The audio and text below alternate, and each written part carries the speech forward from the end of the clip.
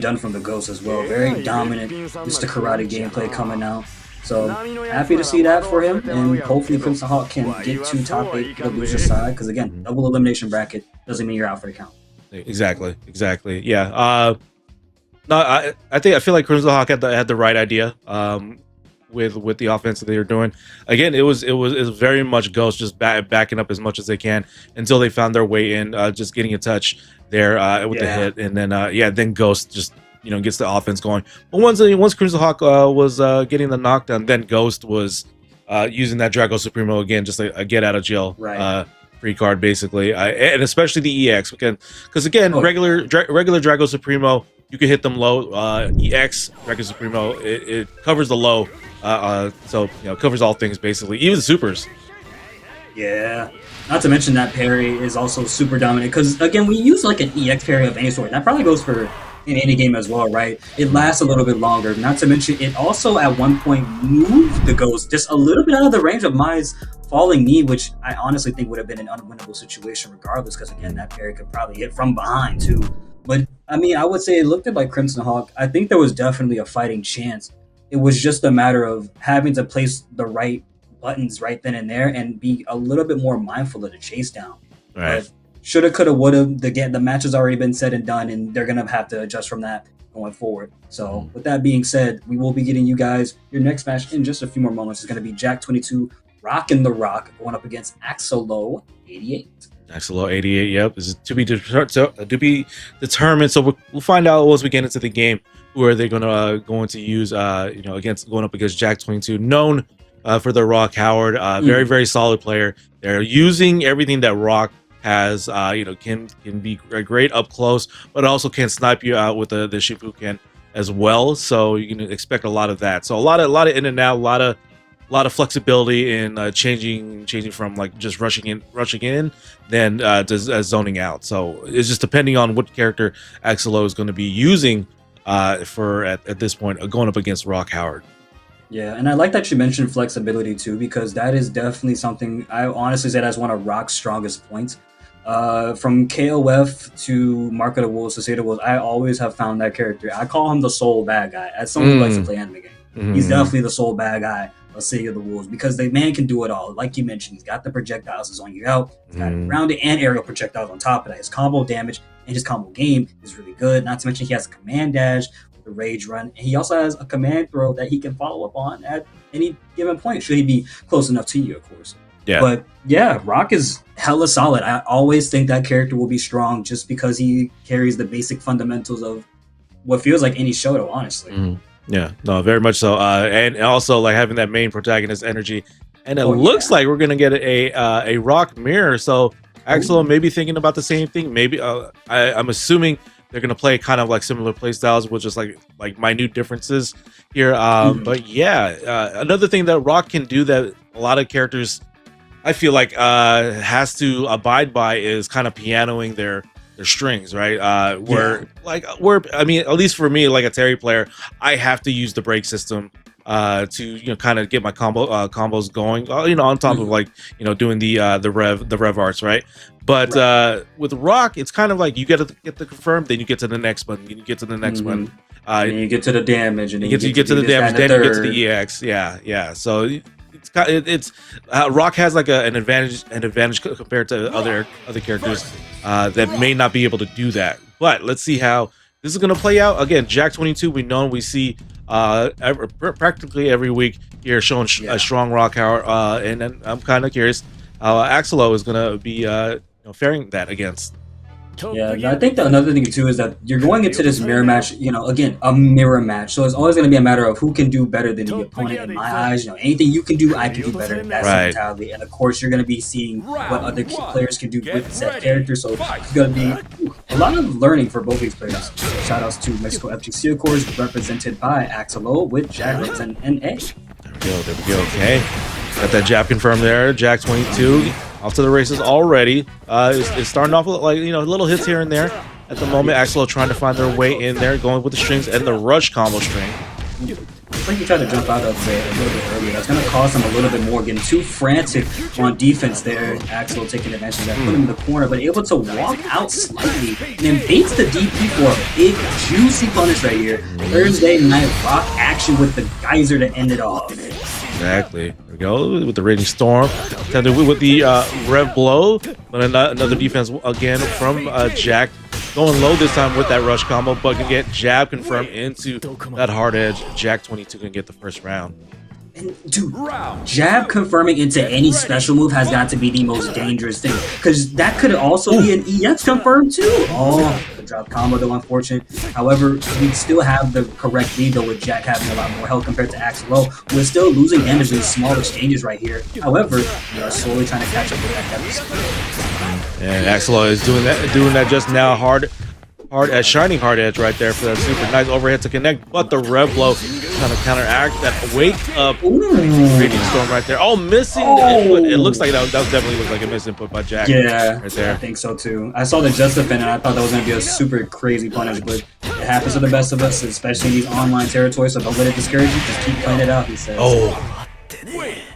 Right, yeah, that Rev Blow. Yeah, that Rev Blow connected. I believe Jack 22 pressed a button of some sort, and it did connect there. Axelo getting on the board here with trying to get a win on this first game. Getting that double axe kick right there into the Raging Storm to get some big damage. Liking the offense in the corner right now. Axel keeping Jack locked down, who's now locked into SPG. He does have 2 bars a meter. Spends it for the Rev Blow instead. Swaps sides, and now we got Axel in the corner instead. And again, swapping sides for a beautiful aerial combo with the hitting gear to get him out of, I would call, burnout. However, it is called, you gotta get cooldown first. Yeah. Over here. There we go. Over here. There we go. Yeah, no. It's easy to just mix up the games in terms and stuff like that. But it's so similar. It is so similar, exactly. Shinfu can just get a little bit of space, but Jack 22 able to get a little bit of crossover, but nothing much after that. But can get knocked out with just a crouching D right there. Axelo gonna get the first game. And I like that he used that crouching D right there too, although it's slightly risky had it been blocked. But again, that was an option they went for, and it just so happened to work out. And it was also a pretty far-reaching button. I think Rock does have some pretty far-reaching lows as well, so that was really good from Axel, I'll say. Definitely. I do like the idea that Axel is using that rush combo just to get like added like padding of offense when Jack 22 is being defensive, blocking and stuff like that. But right now, Axelo getting their touch in there and ending it with the rising tackle. I like that too, especially off of the counter hit hard edge. That gave him a full-fledged combo right there too. And we're going to go for another one, just briefly though, in a couple of hits, and then we counter the Rev Blow with a counter of our own. That is what I like to call counter specialist. There we go. Yeah, that anti Rev Blow tech right there, and only a few people that have counters can do that there. But Jack 22 was like, okay, that was nice, but I'm gonna go ahead and take this round here. Yeah, exactly. Shiny Knuckle. Yeah. You don't need this round. It's mine. Chicken in the air, nice, and then jump approaching from both players. Actually, it's gonna be Axelo and Jack, kind of even on the health bars, with the wake up super once again creating that deficit. And now we have Axelo back into the hot seat, keeping up the momentum.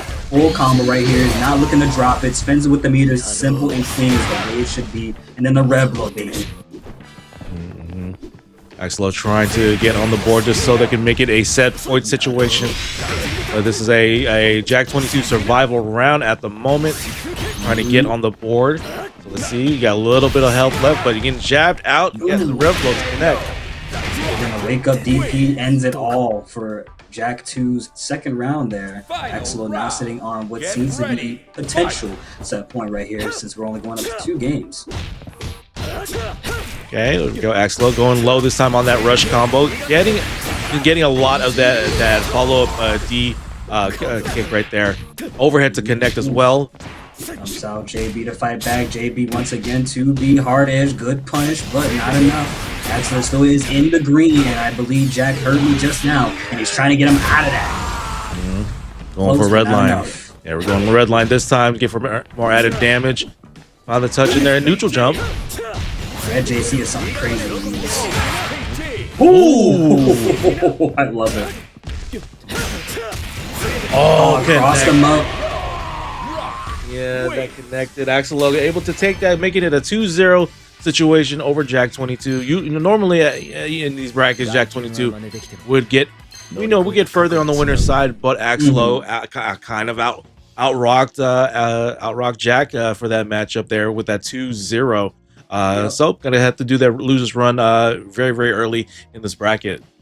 Yeah, and you know, it happens. Every dog has its day, of course, or I should say every wolf has its day. It's the city of the wolves, of course. There you go. But yeah, every wolf has its day, of course, and it's not going to be like that all the time where you go down to the loser side immediately. But hopefully Jack can come back to top 8 on the loser side and, you know, just showcase what they were, you know, trying to show in front of Axelo here. Again, tournament just started. The nerves are probably kicking in. You probably didn't get enough food in your belly before you ate before the bracket. So it's it's very like, possible. Too much on your plate. Yeah, we're looking at these replays at the moment, but yeah, no, again, a high percentage of connecting with that standing D to confirm things and going for that double hit. Once again, it happened in another clip right there, just to open up that offense and knocking them down. Once again, rush combo, that rush combo strategy of just padding the offense, even if it was on block, and then mixing it up whether they're going to go high and low was kind of the key, one of those key points that got Axelo the victory there. Yep, and it looks like we're going to be having another rock coming up, but this time they're going up against Evil Nameless, who is rocking out with the Chun-Li. So it's going to be Chun-Li versus Rock. And Chun-Li, honestly, one of those characters that I've looked at before, I've fiddled around with before. I love the character, I love the way she plays, but in this game, I still and will constantly say it. She is still a monster to deal with. Good with the meter, good with the damage, good with the extensions, and doesn't feel like you barely have to use your rev meter with her at all because of how much mileage she gets off of some of the most basic things. Yeah, exactly. You know, Chun-Li, pretty damn strong in Street Fighter 6. I think she's actually even stronger in Fatal Fury City of the Wolves. Just like, again, utilizing the mechanics of the game, just having that great walk speed. You know, walk speed to use, and then like the far reaching buttons as well to connect things into like Rev Arts EX into their main damage. So like, yeah, even I've been seeing a lot more Chun-Li's that are starting to appear in brackets more and more. So the tech is slowly unraveling for Chun-Li, and I think it's going to be like a matter of time when someone is just crazy with the Chun-Li is going to pilot that character and going to make them like up there in like character picks and possibly top 8s. Of course, and I feel like she should have been a top 8 contender to begin with, but I feel like a lot of people are picking their Fatal Fury favorites over the Street Fighter favorites. And again, you mentioned, Street Fighter being where Chun-Li is also very dominant, and I would agree with that as well. Because again, I mean, in this game, she still carries that crouching medium kick. Yeah, exactly. The Justin Wong third strike clip. Yeah, that clip does not speak bells to you, man. I don't know what else does. Right. I always think of that whenever I see it in this game, bro. Okay, so I thought I was looking at the other opponent. I was like, oh, we got a Hokuto tomorrow. No, that's Breakout right there.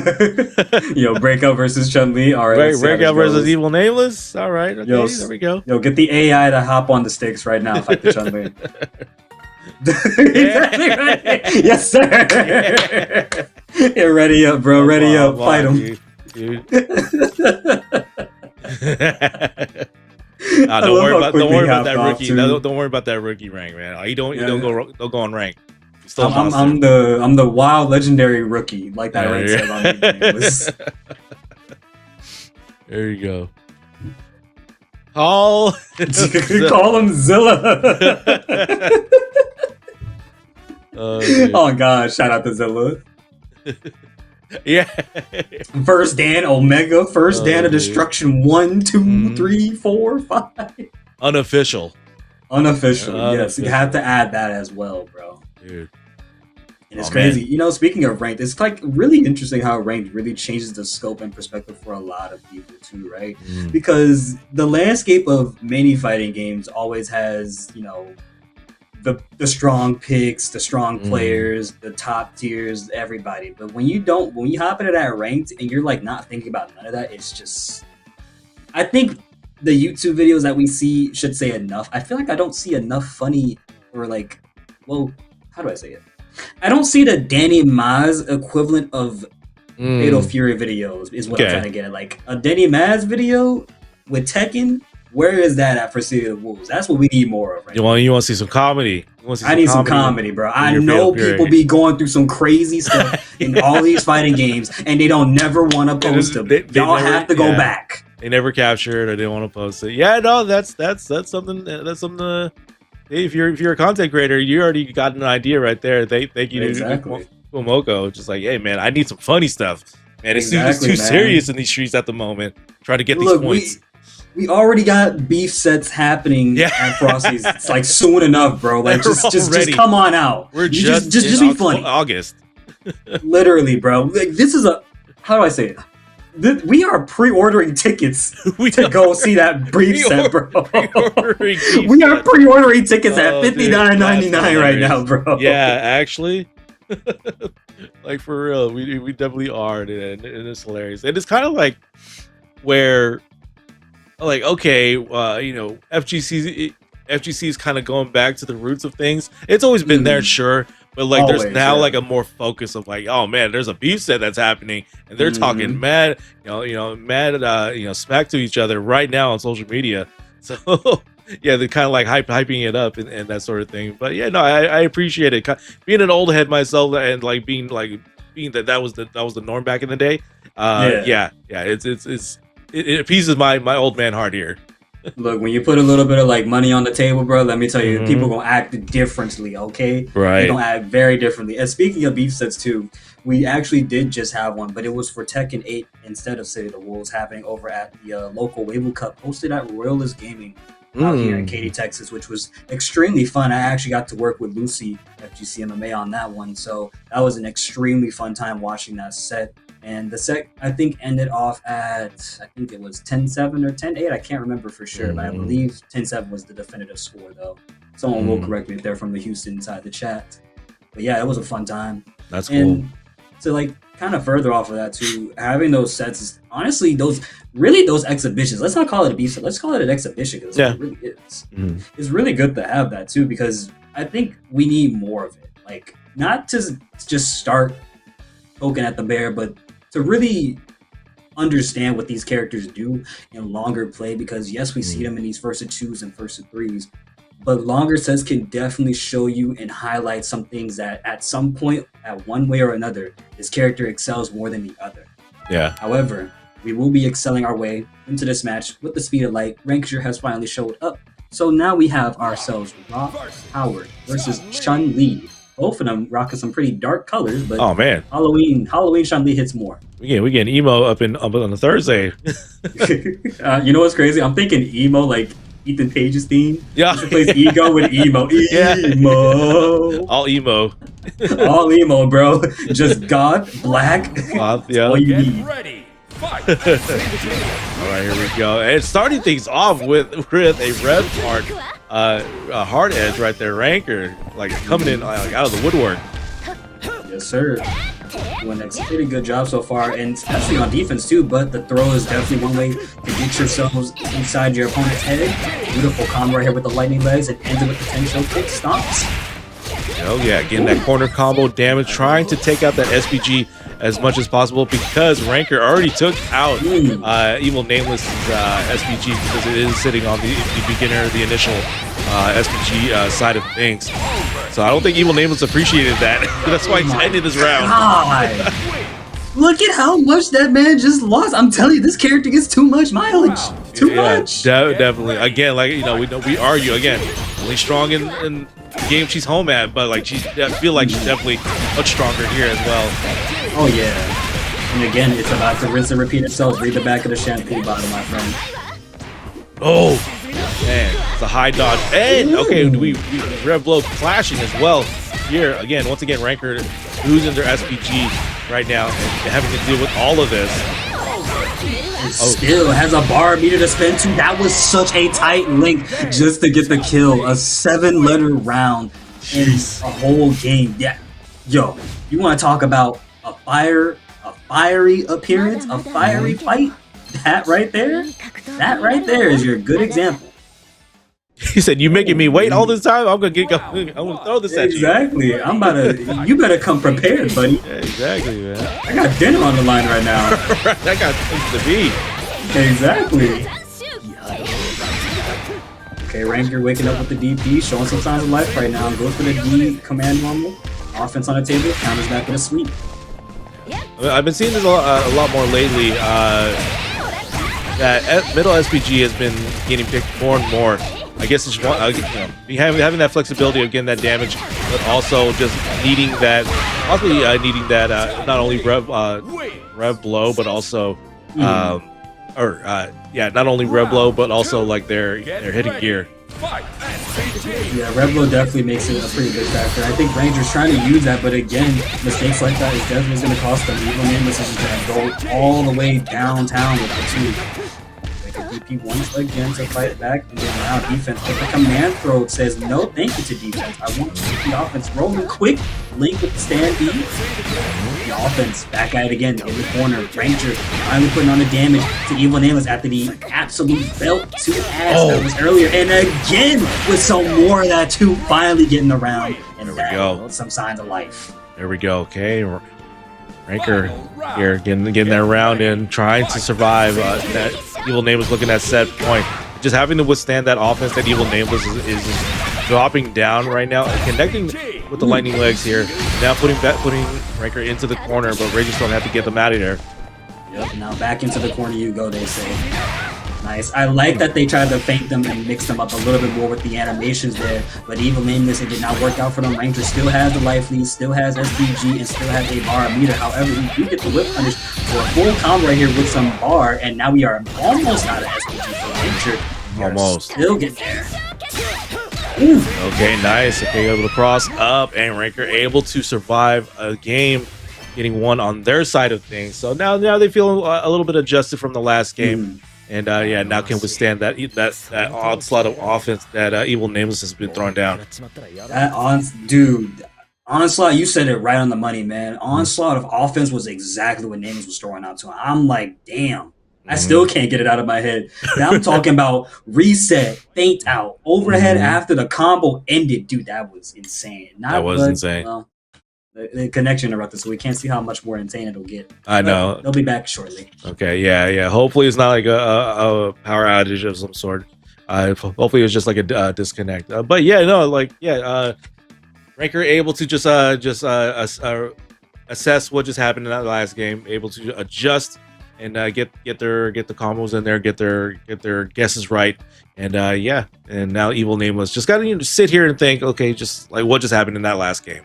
Yeah, and I think that was pretty much a good stop sign for Evil Nameless too. He couldn't get away with everything. It was as much of a battle as it could have gotten, right? And I also think that a lot of the jumping that came from Ranger a little bit more towards the end of that set definitely started to make Evil Nameless just a tad bit trigger happy. Did the DP, probably didn't even want to do the DP, but still did it anyways. The brain rot happens to everybody, unfortunately. And just kind of got blown up for it. So yeah, hopefully they will, when their opponent gets back, of course, make those right adjustments, because I definitely think that was going to be, if this wasn't a 1-2 set, this definitely could have gone on to a 1-10. It would have been back and forth. Oh yeah, I'm talking that set probably would have been in a 1-10. I would say that set had to have been maybe a 10-9. 10-9. And I won't say who wins. I'm just saying 10-9. My hands are in the air, dog. Yeah, no, they were definitely throwing at it, going at it right there. So yeah, no, ready to see more here. Okay, Ranker is back in here. Evil Nameless just got to ready up, and then we get the races going here again. Raw Coward versus Chun-Li, Ranker versus Evil Nameless. Here, so let's see whose offense is basically going to win out. Oh snap, is that Fatal Fury on his glove? Yeah, that was Fatal Fury on his glove. I didn't know they put that in this game. Did they add that? Yeah, I think that was the latest update. I haven't been keeping up with the gameplay lately, so it's I know what I know, but I don't remember all the cosmetics that they might have added. Because it's so rare for fighting game developers to put so many different cosmetics, small and large. Yeah. Oh yeah, that is true. Yeah, no, SNK or the Fatal Fury devs have been nuanced adding things they were promoting the EWC in the background of some stages. I'm like, oh dang, and then showing EWC on the versus screen as well. I'm like, okay, right. See you, SNK. It's always so nice to see, man. I love when fighting game developers do that for us, because we love that sort of stuff. But I know who else loves the high dodge rev blow. That's going to be Evil Nameless, going to be knocking out Ranger of their SPG territory here. Goes for the knockdown, flips over, and then takes out the DP.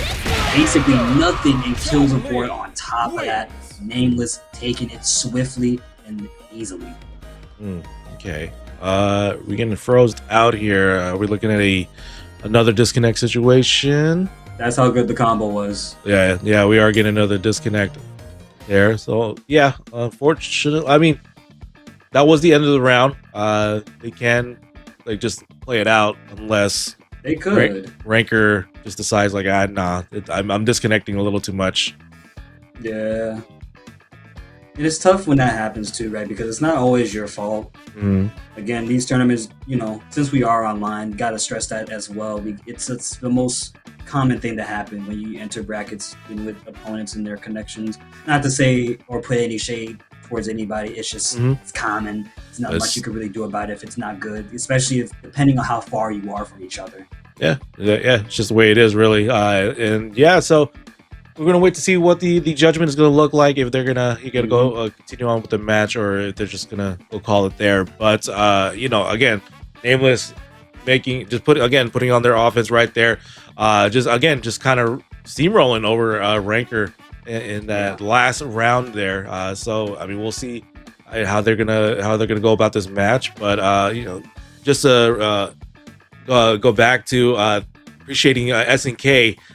Putting in the $100 here for the prize pool, so we appreciate SNK to be able to do that. But we also want to just remind you about the Matcherino, exclamation point Matcherino. If you want to go ahead and support these players for tonight's bracket, there are codes to claim to add a little bit extra to the prize pool, and it'd be very much appreciated if you're able to do so. Claim those codes, and also if you want to donate and contribute to the prize pool, that is very much appreciated from here at Breakout, as well as the players. So click exclamation point Matcherino, claim those codes, and if you feel like you want to donate, by all means be sure to do so. You're not obligated to do, but it's very much appreciated.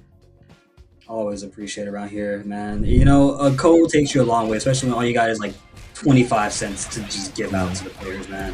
It makes them fight harder. It makes them give us these beautiful combos and these, scenarios that make them, I would say, force them to play their hardest. Exactly. It's always a wonderful thing. Yeah, and looks like we're getting the replays right now. And they might have concluded this matchup here with I feel like Name was winning that over. But yeah, no, you can see lots of back and forth.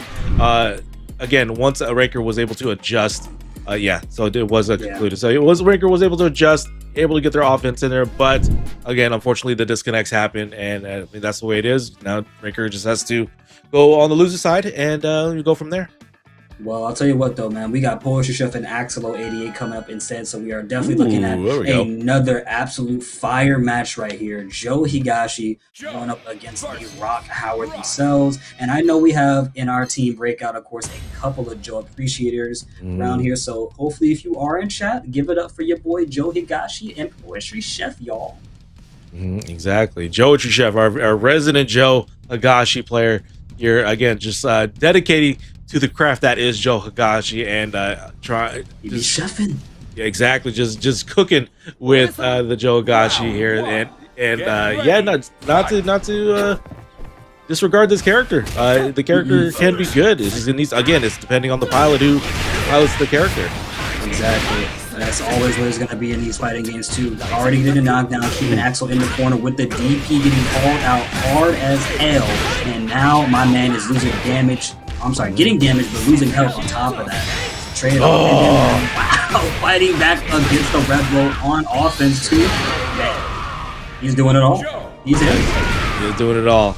A little bit of a difference with Joe Higashi versus counter characters. Characters that have counter. This is more of a counter point, or guard point style counter. Versus Rock Howard, who just has a straight up counter, or a BJNA as well. Also, keep in mind, y'all, this is for winter semis finals here. I believe this is our last match before we enter the top 8. But we still have some more matches after this coming up to you because we're on top 8. We are in top 8. I'm being told. Never mind. I'm actually being a little bit illiterate, or maybe not reading too much. Let's not worry about that. That's not important right now. Look at the combo happening. Look at the combo happening. Yep, that golden heel on the cross up happened. Nice spinning elbow. And that is a standing RC to connect. And Jojo Chef looking, seeing blood in the water, trying to close this out. And also close to overheat here. Yep, one more throw or any attack, any special move will do it. Red blow lives, and that is not what you want to see happen. I think Axel will have the right read, but unfortunately, Chef just evaded danger by a hair's. Very much so. Yeah, that traveling C is one of the definitely the strong point for Joe Higashi. Able to move forward while attacking. It does a big deal here for this game. You know, characters like Mr. Big, that sort of thing. Again, just a moving button. Very much so. I like that Axel does have him in the corner right now, though. Goes for the break DP to keep himself safe, but pressing on the frame, that might have been a little too safe for maybe Plus. But either way, we're going to have to rinse and repeat the combo once again for the crowd to see. Shout outs to Bolshevik keeping it locked down with the simplicity. And now we get ourselves Okay, Red Blow just to get some space, get a little bit of breathing room right there. But again, Bolshevik back at it with the Retsuken right there, and now Joji Chef having a round on their side. Yep, sitting on set point here to move on into winners finals this time around. Axel does not want them to go any further, hence why they're spending the meter for the Shine Knuckle. Goes for the overhead, but it is blocked on time. Counteracts him in the air, and then keeps up the momentum on the table with the low auto combo, but a good punish for Porsche Chef, and we're back into it. Again, wake up jab being a great option to wake up on, even more so than a DP of some sort. But yeah, gotta watch out for like tendencies to be able to just use that all the time, and the opponent might be able to identify that to bait you out. But Chef getting what they need to get that super in there. I like that they only spent one bar meter too, because they knew if they were going to use anything rev accelerated, it was going to put them into overheat. We don't want that. And even if we do lose this round, we have a bar meter to work with. We still have some meter as well building up. But with DP, we'll have to see the light of day another time. Okay, yeah, exactly. Axel able to bait out that tiger kick there and getting the round, trying to survive a game right now. And Bolshevik blocking those rush combos. Axel going low twice here. I know overhead is going to be coming the next time that they do a rush combo. They did do an overhead, but not in the rush combo just yet. Yep. Oh, man, that dash went underneath those Shippukens just like a smidgen. You kind of see now that Joe's like got some stubby little legs on, trying to lock down Axel and rock as much as possible. Able to get the DP called out with some big damage on the table as usual. Joe with 2 bars of meters, only going to spend the 1 in their rev meter at 34%. Backs away, but the rev blow speeds to me. Okay. Oh, I like that. Just break right in front of them and just throw them twice. He's gotta be patient here, Bolshevik. Overheat tried to press afterwards, but the sweep said no thank you, buddy. And that is going to be 1-1 in winner semifinal here. Top 8, whichever one you prefer. All I know is we're having some good matches right now, and that's the most best part. Yeah. Nicely done by Axel, able to survive this game and make it a 1-1 situation here right now. So now Bolshevik just to have a little bit of a thought of what just transpired in that last game. We're gonna go hyper defense into that tiger kick. Once again, waking up this Axel 88. And I like that you called out that hyper defense because that's the second time he's done it. So that lets me know that Bolshevik is actively doing that as much as he can whenever it's possible. Because that is pretty frame tight to do, I'm sure. Not to mention that was a meaty doubles, knee stand D on counter hit. Axel almost threw that hell right now. Red Bulls to try and escape, but unfortunately not the right call to go for it. Chef is going to be again sitting at that second territory.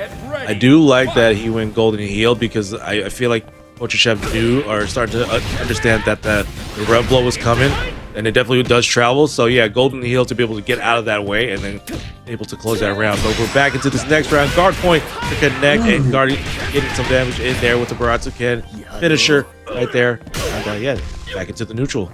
Every time I see Joe do his dash, it just looks like a Mishima wave dash, and it scares me so much because it looks like it just hits you in an electric, but using instead. Exactly.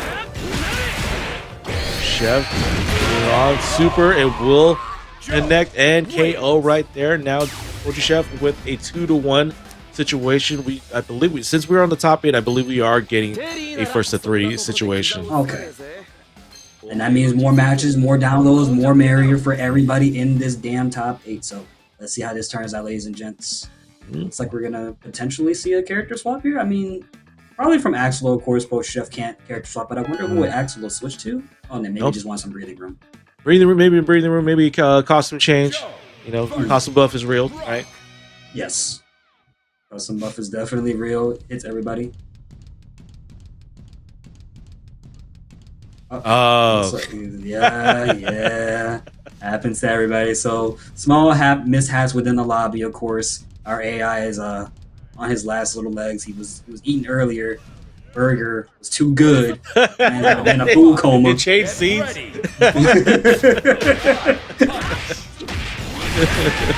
Jarvis, make me a smash burger. Yeah, right. Oh man! All right. Next round right here. Poacher Chef continuing on, but the wake up rising tackle to connect, but Poacher Chef back at it, connecting. Is getting all this damage again, trying to take out this SPG. I mean, trying to win the round. But getting a counter right there. He's gonna seal it. The way Joe kicked that leg out, man, was like, nah, get away from me, man. Exactly. Step over there. That also gives them a full count, like a full combo, even if they don't like fall for the counter itself. Like that was in the air and it's also on the ground. That's pretty versatile of a counter. Yeah. Nice. Again, another wake up, crouching jab right there to connect. This combo right here. Wait to see what Axel was going to do on wake up, and it was nothing. Once again, rush combo to connect here. Good job from Axel. Just keep it simple. Doesn't matter how much damage you might have lost. You still got the situation. Again, though, hyper defense. That's the third time my man is on a 100% rate for those hyper defenses right now. Not even missing a beat. Oh, connecting that traveling heavy button right there into the guard. Flash kick to connect. No red line. Super. Ooh. Follow it up. Yep. Use the other arm. Can't. Don't want to be too arm dominant there. Yo, armed and dangerous, winding it up that punch and punching that ticket to winners finals, man. 3-1 on the scoreboard there, and that was. Whew. That was crazy, dude. See, the thing with Poacher Chef is that they've been coming here all the time, so it's always wonderful to see just how much they've improved with their Joe Higashi gameplay. And I know Cry is definitely happy somewhere in the streets right now, knowing that Joe Higashi has once again made it to top 8 and made it to winners finals. And taking a look back at our replays here, you can kind of see that Poacher Chef was just kind of on point with a lot of things here. Offense and defense, be damned, not leaving any gaps available for our good friend Axel to find a way out of. But you got to give it up to Axel, though. They didn't get a game for no reason. They definitely got it for a reason. And Swoop was definitely one of the major factors. But again, Poacher Chef was just a lot more dominant this time around. And hopefully Axel, now in the loser side, can make themselves a pretty strong comeback. Yeah, definitely. It feels like it comes down to the uniqueness of that Joe Higashi is. Again, traveling buttons that they can do, right, and just get able to connect, having that guard point counter as well. To like one anti-rev blow tech right there, and two, just having the flexibility, either going high, going low on their guard point, right? So yeah, no, great stuff there by Joe Chef right there. But we have our next match coming up. Alex Smith, who has a viral clip at the moment, just baiting out with the booty counter shows animation, got baited, and then throws a super like, oh man, made you look.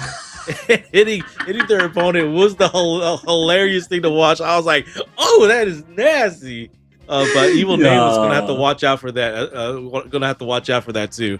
That's gonna be a fun time. I'm looking forward to this already, just off of that alone. And you know what's crazy? Like whiffing counters only to just go for a move right after that. That's top. That's how you know you're really in someone's head when you do something like that. Like just make them think about it. And if they react too late, that's exactly what you want, dude. I can't count how many times I might have and of course, in other games, respectively, of course, that's where my experience comes from, right? It's whiffing a parry of some sort. Let's say Tekken 8, you whip Dragon out down 1+2 the low parry, and then you just get caught with the shoulder. You're like, yeah, what is wrong with me, bro? Like, what's the point of all this, right? What's the point, man? I saw Bijanay's large posterior, and I tried to fight back, and for some reason, I'm dying instead. I was baited. I just have to think that the opponent was like, okay, I see the counter right there. It's gonna go away. Saw the counter at some point. I'm just gonna dash up a little and then start my thing up, and then Alex Smith just throws the shotgun of the super out there. Yo, Hail Mary, bro. He threw that from like 50 yards, man. Touchdown, ran it all the way down. Whatever emote he hit as soon as they landed the touchdown, bro, that is exactly what Alex did. I promise you. Yeah, so so we're gonna wait and see, wait for that matchup right now. Alex Smith versus Evil Nameless. Again, it's two characters there. Two characters, like, again, you have Alex Smith powerhouses. with powerhouses with BJNA, but Evil Nameless just showing a dominating Chun-Li there as well. So excited to see that. And I believe, if correct me if I'm wrong, I believe Alex Smith is going to be at Extreme Fighter Showdown as well.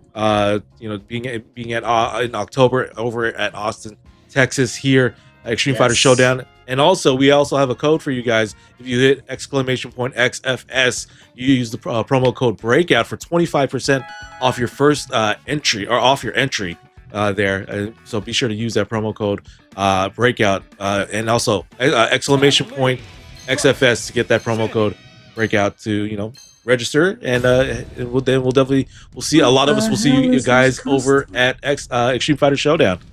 I'm sorry, I was looking at the custom from Evil Nameless. I'm like, what the hell is this thing he got going on right here, bro? What the hell is this? What is this? Yo, Tiger Chun-Li, bro. Tiger Stripes. Dude. I mean, I don't hate it. It's just like, yo, what the hell is this? Okay. Unique color combo right there. This is the costume Buffy were talking about earlier. Exactly. I only pull this out for top 8s. Right.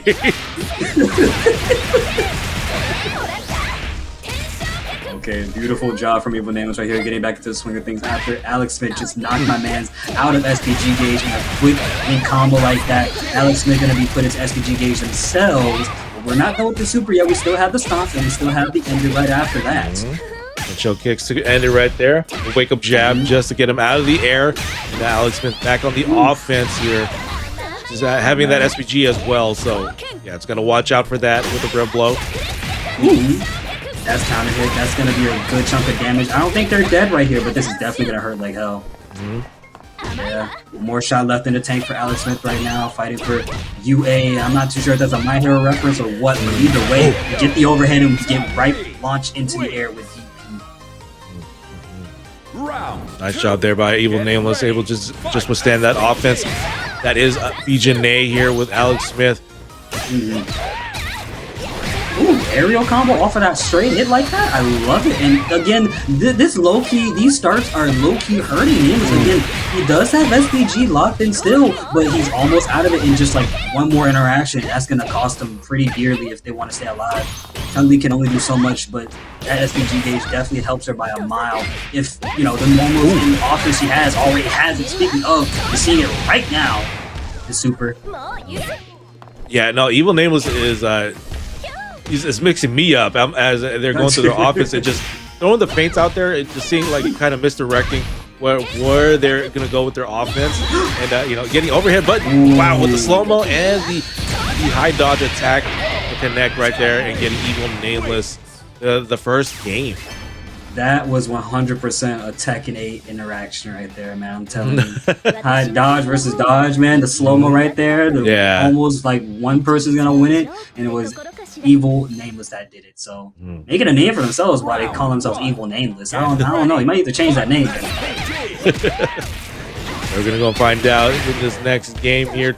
Alex Smith trying to take out that SPG immediately just so they can breathe a little easier at the moment. But Alex Smith will continue on with the offense, keeping them into the corner. Booty counter to connect as well. And try to set up with a throw. Orange help zone right now. Jumps over the lightning legs. Gets themselves a beautiful combo. I'm actually surprised. It looked like they did a JD off of the thing in that combo somewhere. And that was really sick. I noticed that. So, hell yeah. Now we're going into round 2 here. Alex Smith on the upper end of the momentum side. Connected there with that heavy C right there. Red blow just to get some space once again. Going to the EX once again. They're changing direction. That Evil Nameless is going for their offense. Oh, beautiful anti-air wild punish on top of that. So the damage is going to be fairly astronomical for that wild punish in particular. But we do have, we have a sliver. Never mind, we no longer have a sliver of SPG there, but Alex Smith took that out right there. But once again, up kicks to connect. Wake up jabs to connect as well for Alex Smith. One more sequence to connect right there, and I think it will do so because he blocked a super, and there we go. Alex Smith has a game on their side. Damn, dude. I was like, very good back and forth thing right there. Because again, we saw Evil Nameless start off what seemed to be really rough at first, but then he took the swing back at things, and then Alex Smith just locked in for that one set right there, that one game, and say, nah, I gotta get my get back immediately. Very fast-paced game right here. We step right back into game number 3 between both these players. Again, first to 3, by the way, so these players have a lot of time to adapt and download one another as they go along. Beautiful knockdown. Offense on the table, gets the overhead 2. Big damage combo right here, or the combo ender to get the knockdown again. Rinse and repeat. Read the back of the shampoo bottle. Yeah. With that empty hop low, connecting there, Evil Nameless, but now Alex Smith again back into the offense right now, taking out that SVG. At the moment, has a super to use, and will use so for some added damage right there, and now keep putting Evil Nameless into the corner. Oh my goodness, and then gets another red blow knockdown as well. Gets out potential kicks, but could get a punish right there. Able to wall jump away. It gets the jump D, but it's still no one home to get hit by it. And then we wake up with the Kiko blow in our face. Dude, so Alex Smith did a high dodge attack, but it got snuffed out. I have to understand it might have been like the angle of that attack. Probably was. Yeah, Evil Name was able to like jump in and win that exchange right there, and get Evil Nameless to get around on their side. So now Alex Smith continuing on the offense right there, keeping Evil Nameless into the corner. Doing an excellent job at that as well too, right? Not even letting the round count bother them in the slightest bit. Drill dives in, punishes real quickly. Oh, that wasn't even a punish, it was just the counter confirmed, but still. Oh my god. The EX right there. Alex Smith gets on the board for this game here. 1-to-1 situation. They're trying to get to 2 games on their side. We'll see how that's gonna go right now.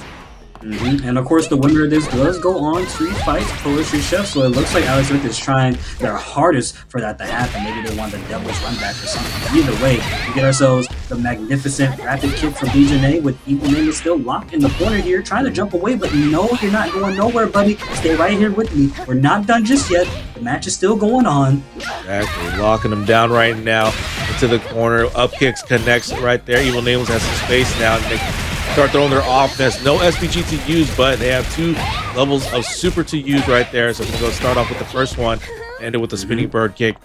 Now, Evil Nameless back into the corner. Ooh, baffles. That's the projectile name. Hitting from a mile away, only to lead into the follow-up afterwards. That is what I like to call privileged white ladies things, as per usual. I'm listen. I'm treading the line. I know, but there was one way for me to put it. I don't know what you want me to say. You want me to say pirate privileges? He's not just a pirate. He's a rich pirate who just doesn't want to follow her parents, bro. Rich girl normals, basically. Literally, bro. Rich girl privileges, bro. Like, come on now. See, then I found out like the better way to say it afterwards. Come on. Right. I hate it here. Nice block on that overhead.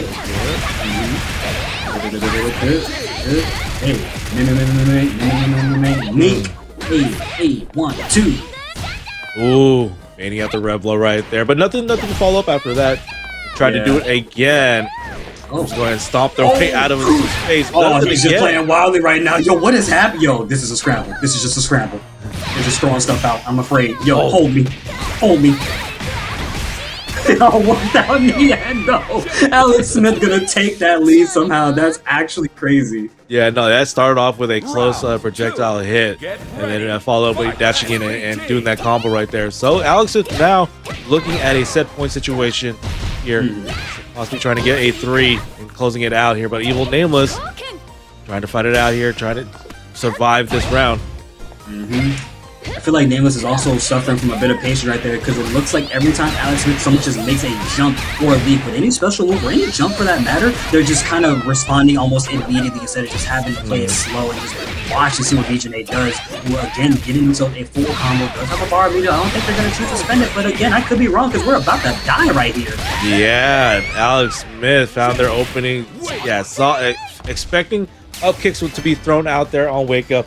and was on the money right there. Alex Smith able to take that 3-1 over Evil Nameless, putting Evil Nameless to the loser side of this top 8. Yes, sir. That was a very strong showcase and very good set from both players. At the end of the day, that will be Evil and Nameless going into the into the losers bracket. Although we could probably say losers corner as well, right? But still, in the loser side, they're not down for the count. Still double elimination. So hopefully they make a solid losers run within the top 8 to come rematch against Alex Smith, who will be going onward to fight Orochi Chef. Like, looking back at the replays here, again, this was a pretty fire set though. I cannot lie. Yeah, no, definitely. Again, the change of direction that once again Evil Name was doing for their offense, like that was on point here. Alex Smith, being Alex Smith with the BJNA, just piling in the character in ways that you initially in like season 1 you didn't think like, oh, BJNA can do this, because actually initially BJNA was considered like low end of this other side of the meta, right? And then now we look at like what BJNA can do here with the damage, because she got damage. Yes, sir. Not to mention, she has some of the most irritating pressure, what it looks like. Yes. Right? She has feints after feints. She can still lock you down with baffles. You try to jump out, she has a 2C or a 2C waiting for you, or even just a standing 5C in front of your face if you're in the corner. And that's just going to lead into absolute hell on earth, because you're trying to escape, but you can't escape. BJNA is suffocating. And I think she's always been like that since Mark of the Wolves too. So, like I told a certain someone in our team, she's on Pack Watch. She's on Pack Watch. She was on Pack Watch. I gotcha. Okay. It looks like we have our next match coming up here. El Rayo Mac debut showing out here on the first time for this bracket here on stream. But Crimson Hawk. Actually, no, we see the ghost here. We see the ghost. It's the ghost that is Mr. Karate here as well. So we possibly looking at a master student match, or we're actually looking at El Royo Mac versus Crimson Hawk 1-2-4. Yeah, because I believe the bracket right now, because it is Rail Mac and Crimson Hawk. The Ghost is going up against a Rankture, actually, on the loser side of things, but hopefully Rankture has gotten things fixed out. We'll be moving on with that momentarily as we get our AI to set up the battles here right now. I love the fact that they changed this whole, see, Street Fighter 6 paved the way for good lobby matchmaking. Everyone just needs to take a page out of their book. It's okay. Okay. I will not criticize you for having such a wonderful quality of life change like that. They're getting production into the mix right now. He keeps switching slots. I saw him on my way. Play. These are you two. You guys know who you're fighting. Play right now. These players are like, weave. See, look at that. They're weaving the characters before you even get into the character. Please pick a slot, guys. Let's play. So this is gonna be Marco versus Mai. Oh boy, I don't think I've actually seen enough of these two fight against each other, like character-wise. I mean, yeah.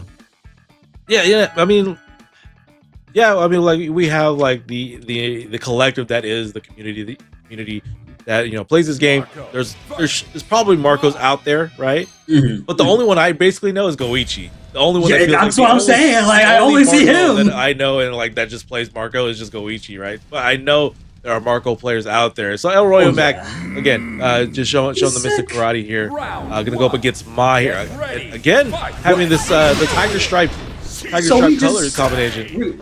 We rocking watermelon colors today, bro. What's going on here? Crimson Hawk and our old friend Evil Nameless were just in cahoots doing these customs or whatever, bro. Dude.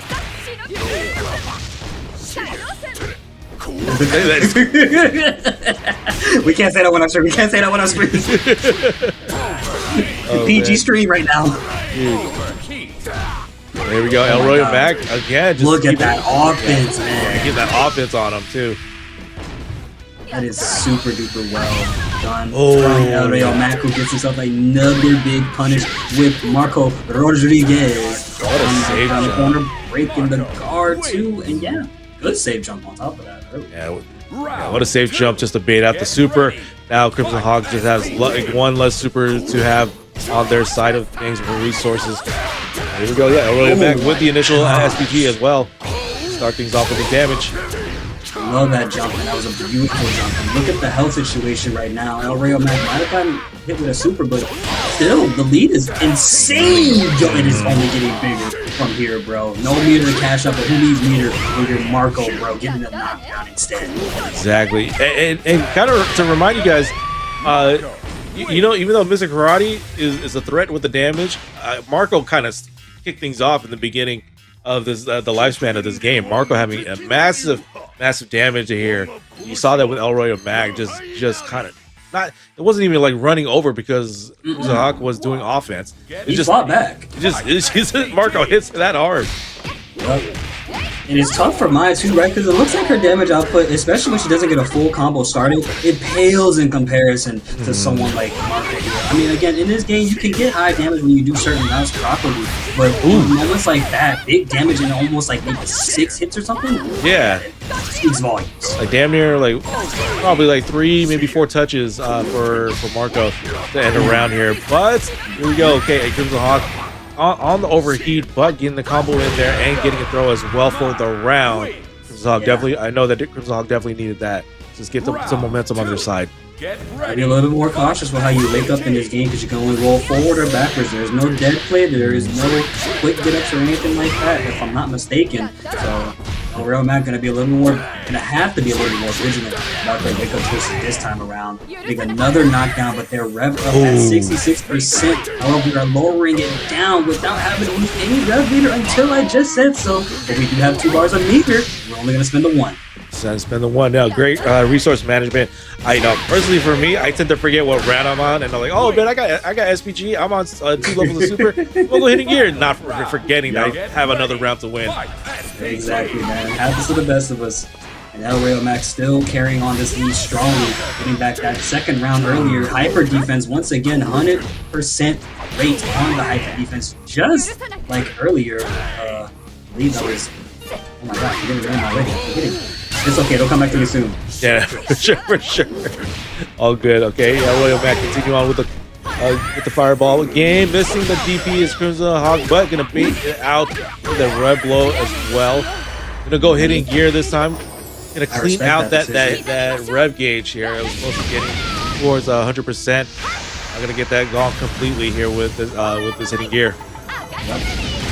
Knocking El Rayo Mac into the orange territory, but Crimson Hawk does have SPG compared to Rayo, who has neither, but a jump back C, gonna trade with the Musabi no Mai. Jumping forward, jumping back, just trying to find a way to angle and get inside the overwhelming offense, but the throw, simple tactic wins all the time. Yeah, Crimson Hawk, yeah, moving around right there, and I think that's gonna be the strength because of course you're Mai, right? By having that type of mobility and having that all-round range here up against someone like Marco, you can't move as much, but they're still definitely fast with the options that they have here. Not to mention, Marco having that command dash, he can easily just close that gap between him and Maya, should she not jump or correct herself whenever possible during her movement. Right. Okay. Ritsu can red blow to connect right there. Continue on with the offense, trying to add up to the rev gauge here. Nice low to connect. Knockdown immediately wants to lock in Crimson Hawk as much as possible, make them spend all of the rev meter to get them into that overheat state as close as possible here. But again, Crimson Hawk not falling for it too much. However, we are at overheat, which is exactly what Rayo Mac wants. Bam! Ooh. Dude, Royal Mac getting that confirm right there into the Hashokoken. Getting them around here, trying to make it a 2-1 situation right now. Crimson Hawk is going to continue to fight it out here. Losers top 8 here, so whoever loses this game or match completely is going to be out of the tournament. Oh man, that's going to hurt by a lot. Look at the damage, it's already piling up. Bends the bar meter, puts her into SPG with 11 hits only needed to do the job. So they're trying to bail out an option, but giving them too much respect on their wake up. That's going to cost them a good chunk of their health, but they're not down for the count just yet. Yeah. El Rayo Mac. Yeah, El Rayo Mac baiting out Crimson Hawk there, but Crimson Hawk close to winning around. But that connects, has a house show Koken ready to use. Not the kill just yet because of the defensive buff, but the wall. Ooh, JD sends him. Yo! That was yes, 100% yes. That is the man right there, bro. You gotta love it when you wake up just defend any super. That's a different type of high you get. I'm telling you, bro. For sure, for sure. Yeah, no, great on El Royal Mac to JD there because yeah, the wall super, the wall fire pillar wall super that is for my that was a great option to for the wake ups. Like okay, you can't deal with this until they did JD there. Not to mention, JD doing just defense in the air in that situation was a good call, especially when you have to consider the amount of life you had too. You just also gained a tad smidgen of life back from that. Like, yeah, you do, and yeah, just missing that timing there. That would have been it for the round right there, or the game for the round. It looks like Crimson Hawk showing some more signs of life right here, putting Real Mac into the corner. Oh, never mind, spoke too soon. Gets the reversal throw. That throw incident has been happening just now. Oops. Oh my goodness, okay. Dash no throw. Back throw for Crimson Hawk. Right there. Okay. One round for Crimson Hawk. Get ready. You gotta hate when you get hit with the back throw, because it's like, okay, this could be a good throw or a bad throw, and I don't know which one it's gonna be. You just gotta make the guess. Hopefully they don't do anything. Yeah, exactly. You could need another throw, but you don't know. Yeah, you definitely don't know. Nice heavy D to connect right there. Get some big damage for that combo. Hawk. The dive. Tatsu. And back right now, wall jumping away. Real Mac on the last bit of their life right now is gonna thug it out as much as he can. Goes for the super, but again, just a little bit too antsy about it. I think if they'd have just spaced themselves out a little bit more, probably that could have worked. But from that angle, that was definitely a risky situation to go for. I want to say he was probably trying to bank on the iframes there. I don't know if that super is involved or not, but that would have still been a really crazy choice to go for. I respect it still. Yeah, no, I respect that Crimson Hawk kind of delayed the dive right there and wait for the super to come out and knowing the trajectory they can hit it out of. But yeah, it got Crimson Hawk to 2, and now we're back into this next game. This is the final game for both players. Yep, hopefully we see a final round, but again, that's going to have to depend on whichever one of these players wants that the most. And this is loser's top 8. The winner of this moves on to fight Evil Nameless, while the other one is just done for the night. Misatsu Shinobi Bachi, and that is now Crimson Hawk sitting on a potential set point to go on and fight Evil Nameless. But does El Real Mac have something to say about that? Yeah, we're going to go ahead and find that out right now in this round. Nice cross up by Crimson Hawk to start things off. Get that SPG out of the way immediately. Liking the patience from El Real Mac right now, trading, but that was not the trade you want to happen at all. This might be the potential end of our boy El Real Mac's run here. The DP, but not a full enough punish. Crimson Hawk losing out now when that might just cost him. Again, though, he is still alive. We'll see. El Real Mac just biding the time, being a little bit more patient here, while Crimson Hawk is smelling blood in the water at the moment. Now just rushing in. And a high dodge to just even a jab to slow-mo, and Crimson Hawk able to take that 3-2 over El Real Mac. Yeah, not to mention that high dodge reached from that far away. Like, be on the lookout for those dodges. That is good use of the system mechanics. High dodge and low dodge, man. So shout outs to Crimson Hawk for doing that justice. But shout outs to El Real Mac, especially for coming out swinging to the fences. Exactly. With a baseball bat. Like, the man started off extremely strong, had the lead, had the momentum, but it wasn't until Crimson Hawk started making those adjustments, calling out the movement options, and also just being a little bit more pestering in the air and doing some pretty simple stuff like throwing and whatnot too, and high dodges to get themselves back into the lead of things here. So that was a good back and forth match. They got a lot to learn from this replay. Oh, definitely much so. It was like you said, it was very much a back and forth situation here. And I was about to mention like something that my players can do is just kind of damage the rev gauge, even if you're not getting things on hit. Damaging the rev gauge with her double hits and moving normals can add up pretty quickly to get them in the guard break situation. But Crimson Hawk able to win it out there 3-2. over El Rayo Mac. A strong Marco there. And now we have Zagos going up against Ranger. We're back at it here. Yep, Ranger looking like they're a little bit more comfortable this time around. Vardy connecting normal, or the command normal, I should say, because that is really strong. It is really strong right there. We're going to razz him up to add to that rev gauge. Almost at overheat at the moment. Be careful here about how he maneuvers and what he decides to do after. Yep. 99% right there. Classic. Oh, that's gonna hurt. Hey. Oh, I wonder what that was supposed to be. I don't know, but either way, it could have been something deadly. However, we get the parry into the full combo to finish, and that is Zagos going up to 1 round. The Ghost making the counter attack after the Raging Storm pretty tight, because like it was almost about where the Raging Storm was about to finish, but it was like you could have gotten hit too. Oh yeah, we sure could have. Again with the counter. And a full combo with the Zayankin. Hey. Shokoken. Shokoken going to power up. Uh-oh, he's there with that rev meter. Hey, nope. Counter going command grab right there into the Shining Knuckle. Do some damage into that SBG. But Ranker just putting that full offense, getting the counter hit into the Rising Tackle right there.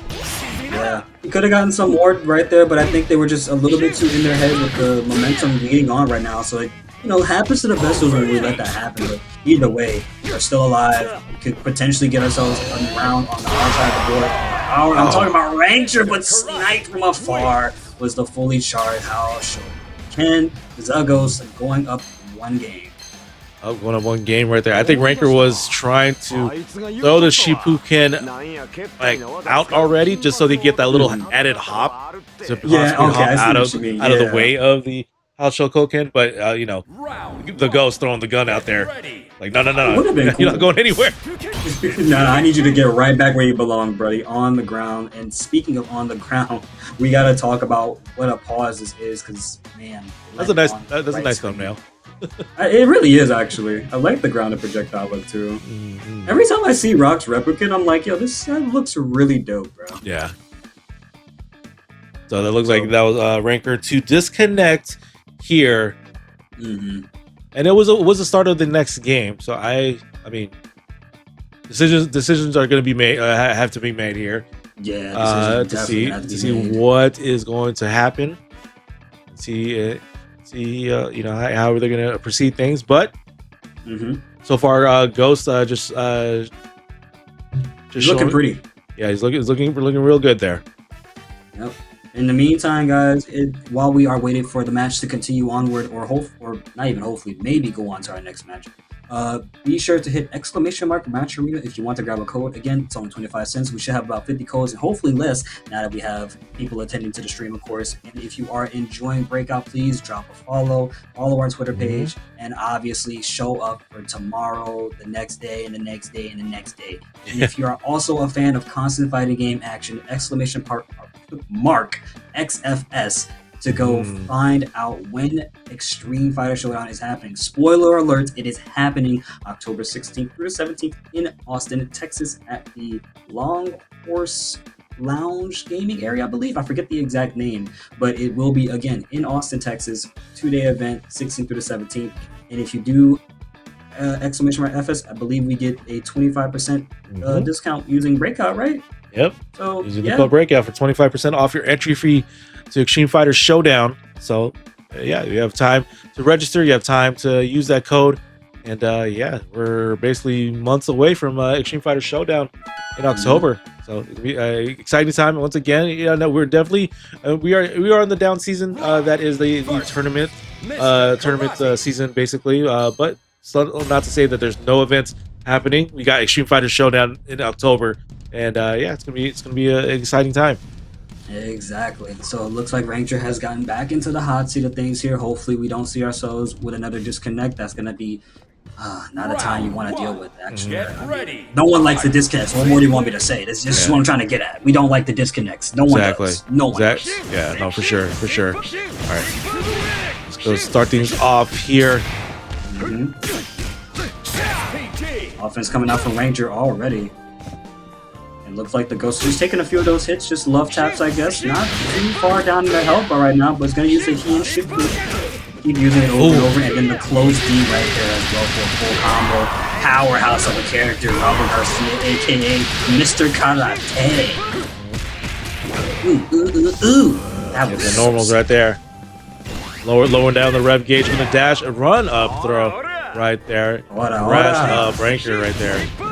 And then he and Shimpu can just the travel there, but also using the short and Kyaku. The mix. He walked all the way back just to see my man whip something. That's disrespectful. with the command grab.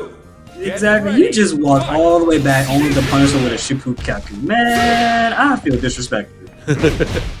I'm just saying. Right. You know. He almost had a full combo there, but fortunate drops happen.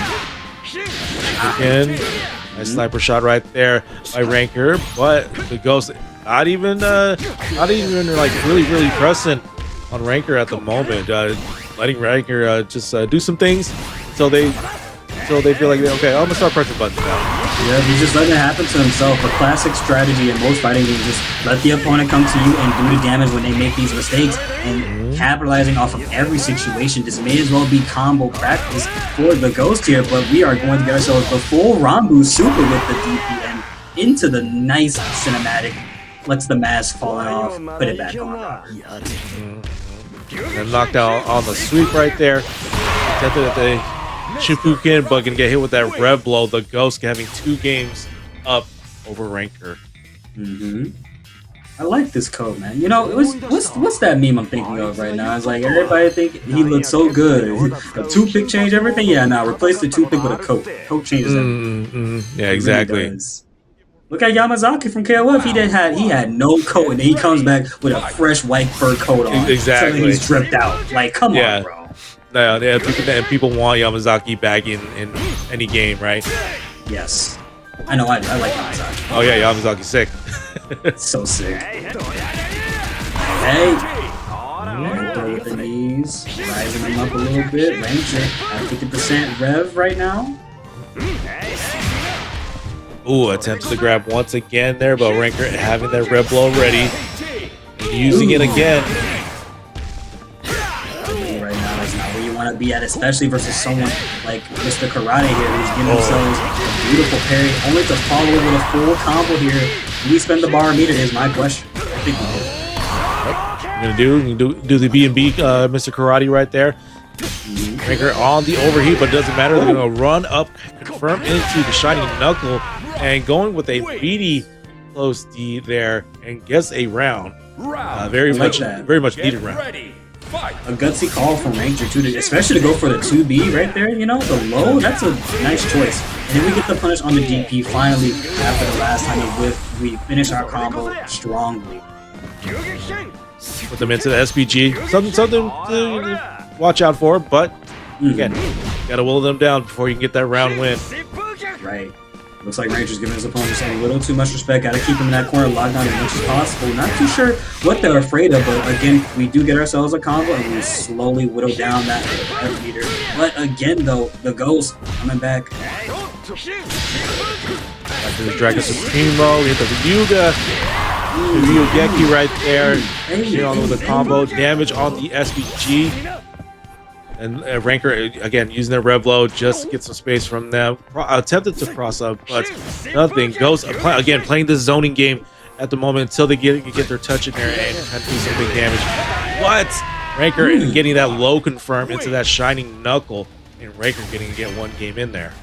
Nicely done for Ranker. Yeah, finally waking up, showing even more signs of life than before. I like it. Also, hold up. I'm looking at these colors. Why do I feel like I want to... Okay, if the hair was brown, I'd have called him Sora. He just needs a Keyblade? Yeah, he just needs a Keyblade. Rock with a Keyblade, bro. That'd be the best custom I've ever seen on this game. One of the best. And just do the Sora walk. That's all you need to do. Put the clown shoes on him while you're at it. I need to see Rock with those. Oh my god, what a JC punish. Full combo here. Of course. slowly building up to 1 bar a meter. I think we're gonna actually get it here too.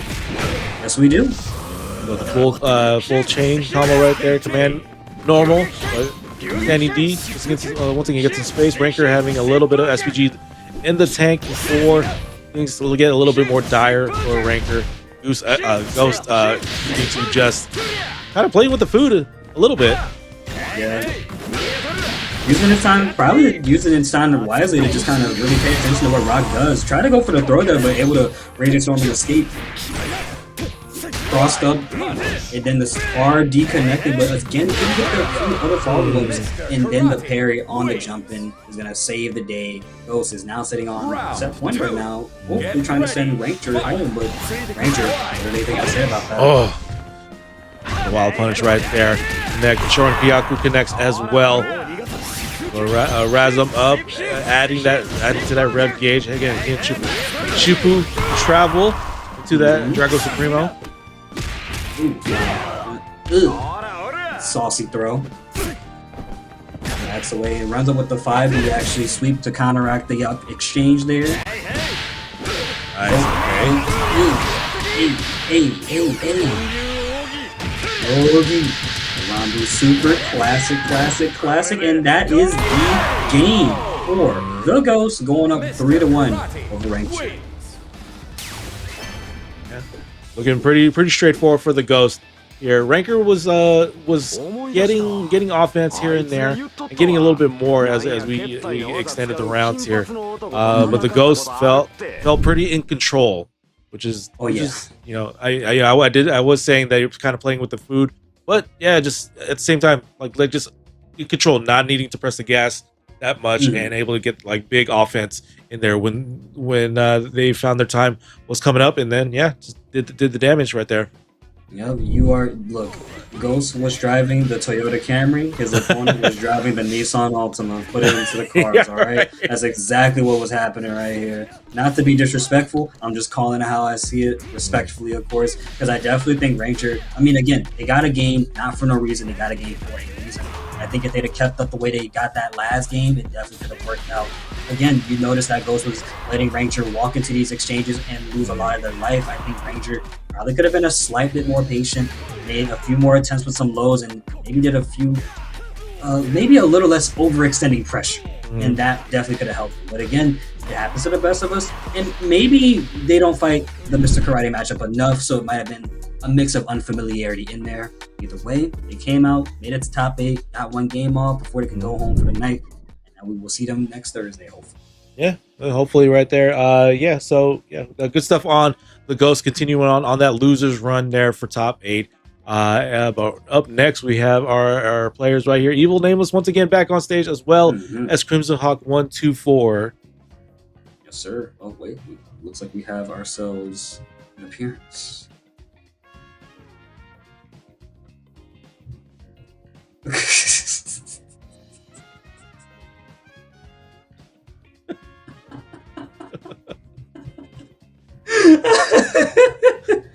So our friendly AI would like for matches to go on, right? Because a Chargers game is happening and they apparently don't care enough to watch those games go on. They want it to be here instead. So fellas, make sure your matches are absolutely wonderful.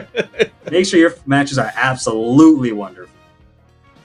You said, I don't care about that GTA 6 unveiling. I want to watch the Chargers game. GTA 6? Nah, man. More like Chargers game, bro. Come on now. Chargers Nation out here. Like. Exactly, man. All right. Now we have ourselves Evil Nameless and Crimson Hawk 124 Watermelon Boys. Like, literally. I don't know. I can't right now. These guys are being didn't want to make the comment, but nah, bro. No, the Watermelon Warriors, bro. That's what the we got going right on there, right right? Tahini on yeah, yo, put the tahini on it. Dude. Yo, the Tapatio. Yeah, exactly. Oh, and it's a lore map. We got a lore intro. Yes, sir. Make like a ninja and disappear, man. The Chargers game is on soon. We need to go back home, man. The matching colors adds to this intro. Yes. Yo, no, don't do it. Don't do it. Yo, skip. No. They did it. Yep. No skipping. Breast bump. Low-cough disciples. Oh, okay. This Okay. Low might be the dojo colors. Yeah. It's Lokov too? Oh yeah, nah, they're definitely the team to go for. Bodhi, melons indeed. Hey man, lots of jokes could be made about those melons, but we're gonna talk about the melon combo because it was super sweet. Jesus Christ, look at the damage. That is super duper sweet. Ooh. Yeah. 1, 2. Even it will Nameless making it sweet and ripe here. With that Hassan shield overhead to connect. First round goes to Evil Nameless. Round 2. Get ready. Nameless looking already super duper dominant. I wonder how often Nameless and Crimson Hawk have fought each other. I mean, maybe they are sparring partners too. So again, this could be a bit of like a lot of knowledge checks coming into play here and there. Who's got the better offensive pressure? But again, seeing that Evil Nameless is taking home the lead right now. Unfortunate super getting caught by though. Yeah, I have to imagine if they're both students of Lokov, then they definitely had like training sparring matches with each other, so they pretty much know each other in and out. And right now, Evil Nameless, ahead in life right now. But that wake up super to connect. Let's see if Crimson Hawk can turn that around here with the offense. Gonna go red blow. It's gonna be blocked at the moment. Another red blow to connect there. Evil Nameless with the lead right now, punishing the Musubi no Mai with a quick light confirm, and that is game 1 going over to Evil Nameless. Watermelon warriors, man. I'm telling you. What a wrestler They are. Nah, oh wait, Potion Chef says the low-cough disciples thing is just me talking about the colors. I don't know if they're actually cool with low-cough. I would assume, okay, everyone in the FGC is cool with each other. Some people just need to watch what they say. We're just gonna go with that. We're just gonna go with that. That's all I will say. For me personally, no disrespect, with all the respect being put on the table.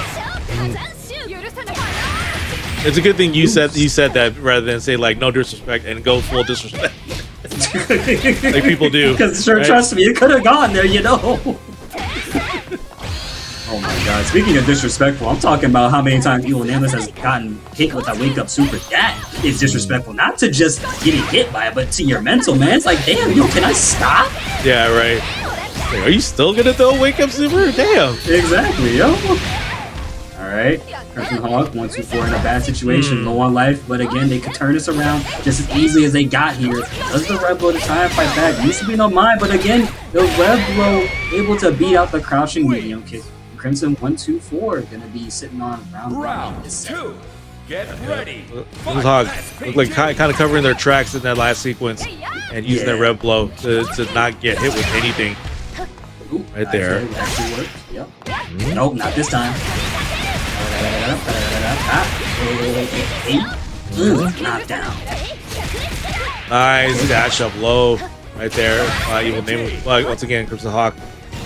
That wake up right there. Oh my goodness, able to trip guard the Red Blow before it could actually recover. That's going to be a lot of damage on the table. Evil Nameless here. Not dead though, I think, right? Oh, that's death right there.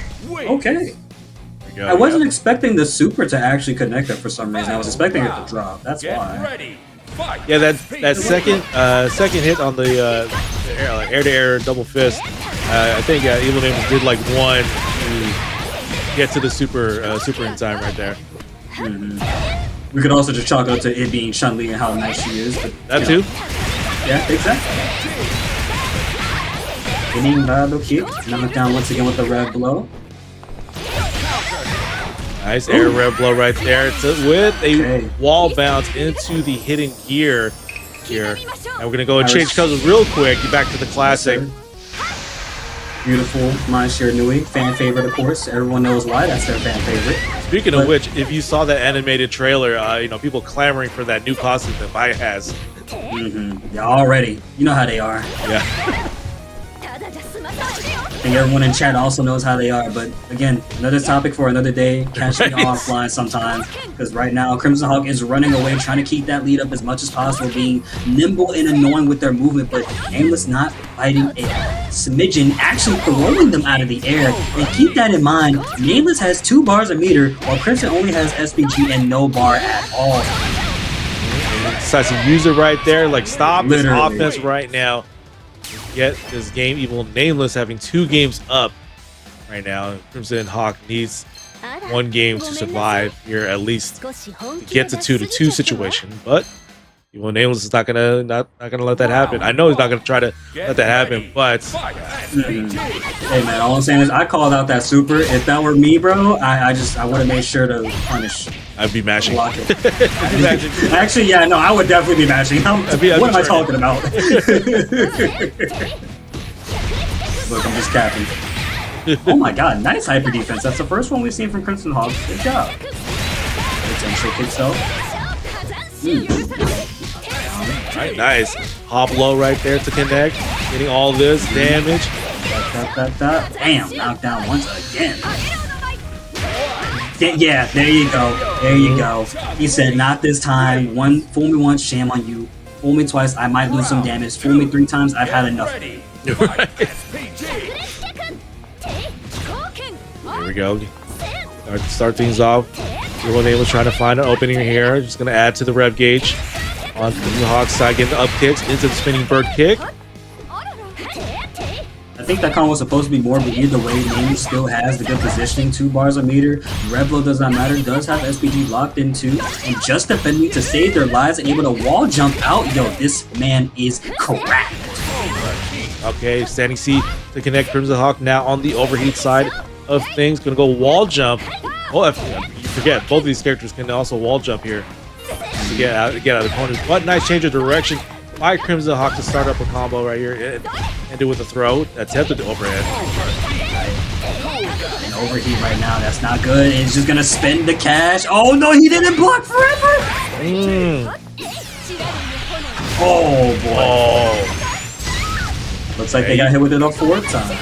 You're in an active animation right there. Got hit with that red line. Super into the guard crush, and a jab's gonna go ahead and end that round right here.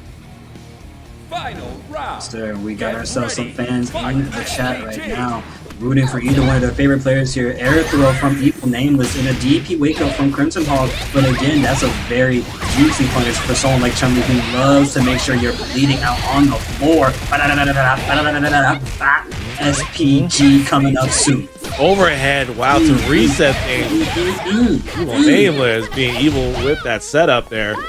Exactly, man. Classic in this game, at least. And even though even though Nameless is in overheat, it does not matter. They still feel like they still have the upper hand here. Yeah, no, be damned. Yeah, it is continuing on with offense right there and trying to break the guard. Got confirmed into the red line control show. And Evil Nameless is going to go ahead and take that 3-0 over Crimson Hawk. Yes, sir. And you know what's crazy too? I think Crimson Hawk wanted to break on the Hisatsu, but I think that might have been a small misinput. Not too sure if they could break, even if they were in overheat. But either way, overextended for a little too long is what I'm trying to get at. And that's what costed them that round right there for Nameless to make it 3-0. But at the end of the day, it was still a good match from both players, and I definitely would love to see Evil Nameless and Crimson Hawk not only be out after offlines, but again come back again, because that was a pretty fun match. I loved watching that all the way. Yeah, no, definitely. You know, down to the colors, to the characters picked. Just a great match all around here. Evil Nameless just showing, like, again, the power that is Chun-Li. At the same time, Crimson Hawk again continued to make it a fight, even though it was a 3-0 situation. But Crimson Hawk found some opportunities here, as you can see. Maybe leaning a little bit on the wake up a little too much, and so Evil Nameless was able to identify that and get big conversion right there, like so, like with red line control shows. And again, 3-0 Evil Nameless taking it on this losers quarterfinal. Crimson Hawk gonna end their run here, but still made it on the top 8. Yep, and now I believe we'll have Axelo and the Ghost coming up to the stage here. Mr. Karate going up against Rock Howard. And this is going to be another fun match. Again, the Ghost has been doing pretty excellent so far. Even if they are on the loser side, they've been doing an excellent run this whole tournament, along with Axelo and again, every other person within the top 8. However, this is going to be the match that seals the deal for one of these players, and only one of them can go on further because the winner of this will be fighting the winner of the last match, evenings. Round 1. I feel like the Ghost has just been fighting nothing but Rock Howards. His He really entire has. run. It feels like, at least on the stream side of things. 'Cause I think I've seen this match like this is the third match of There's so many rocks, Rock bro. versus Ghost. Rock versus Mr. Karate here. Yo, toss your rock out right now. I'm talking about Geodudes, Onyx, Steelers, Yeah. bro. You could throw out a Golem if you want, bro. I don't know. Reggie Rock even. Come on, man. Nice, okay, rising tackle just gets space once again, using the close D right there. Red blow, no counter used this time from Axelo. Having to withstand all this. Big damage on the table. I believe we could be dead here. We do have a bar meter, and I think we're gonna spend it. Ooh. Mr. Karate. You see that rush counter? 50 hits? Dude, Dude, this character's sick. Mr. Karate, man. Ready. Fight. This is gotta be the best iteration of him. Unless you want to go back to KLF 13, Mr. Karate. And I don't know if you want that. Oh, that's a monster right there, yeah. That's a monster. Like, Mr. Karate? Jeez, dude. Yeah, you don't want that back, bro. I'm There's a telling you. reason, there's a reason why Mr. Karate and Akuma faced off in SVC Chaos. Yes. Now we need a new Akuma from Street Fighter. Right? Exactly. Nice backdash on Wick up there. Actually able to avoid being thrown. Pretty good call out right there, I would say. And then charged up the Ryuga. So the hitting gear right there, connecting. I have to watch all of this, Axelo.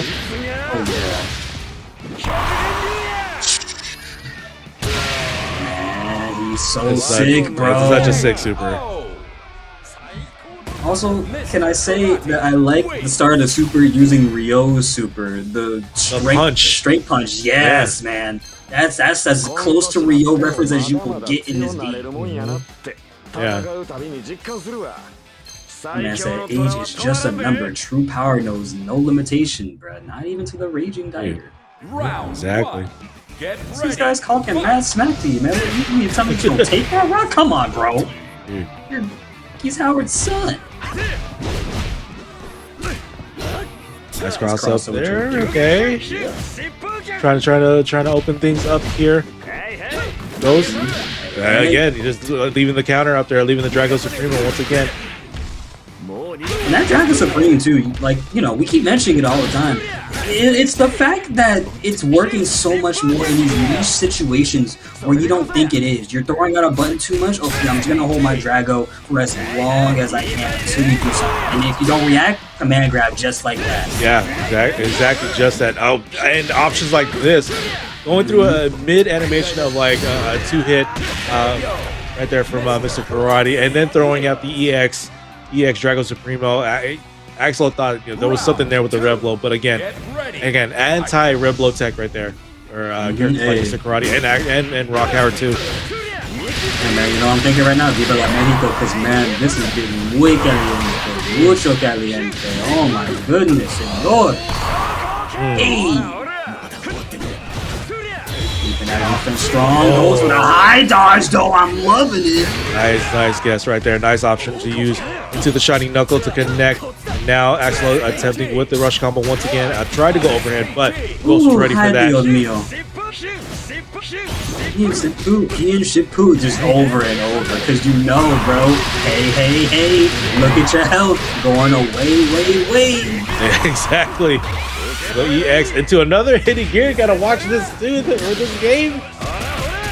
Yo, I ain't gonna lie. I think he heard the Chargers game was also on too, bro. No, he's I trying think to he finish did.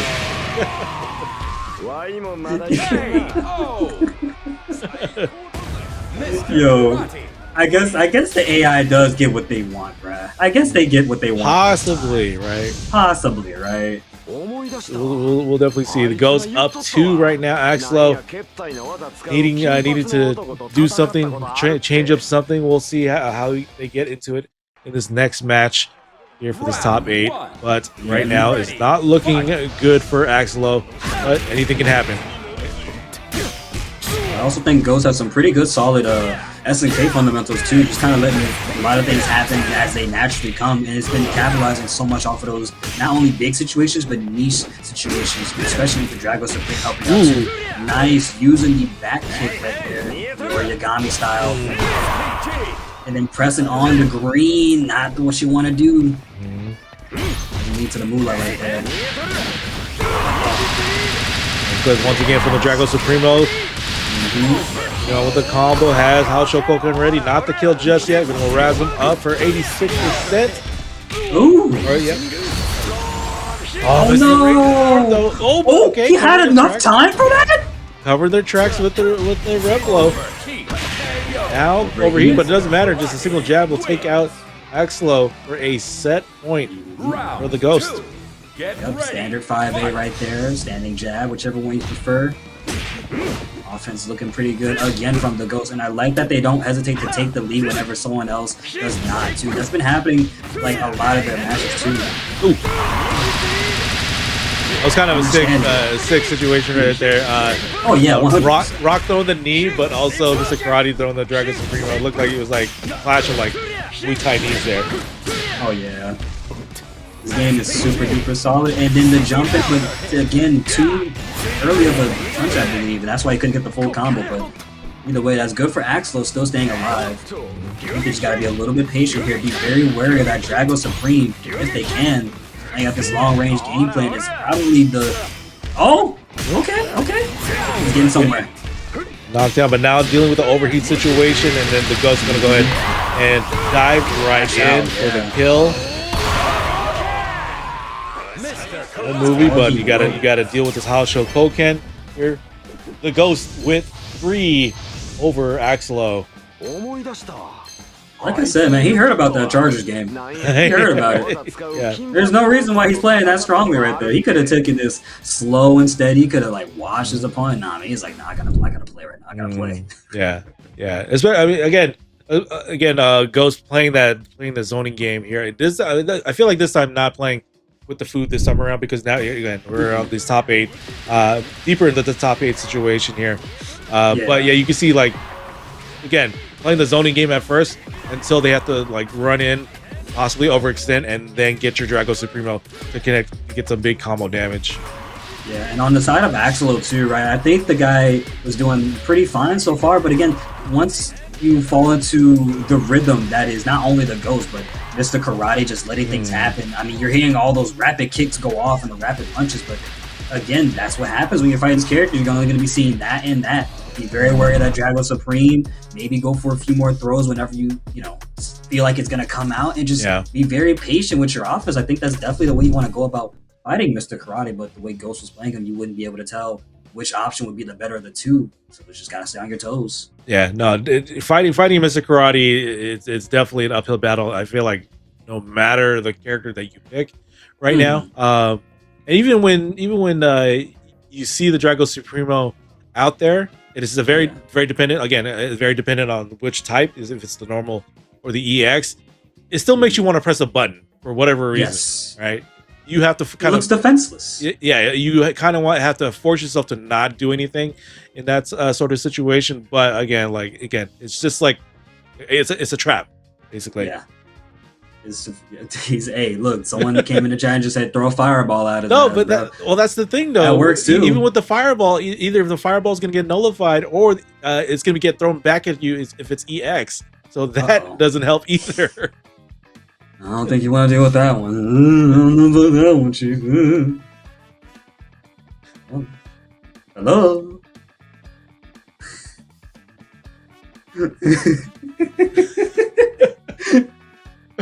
I'm sorry. They will find the way to fight back, man. They will find the way to fight back. And then also, Crimson Hawk. Yeah. So now, AI here will say like, yeah, I'll throw one back, or I'll reflect it back, and now we have Rose Ball again, all over again for Street Fighter 4. just reflecting every time, trying to see who gets hit with it. I don't know if people want that back either. Yeah, you're right.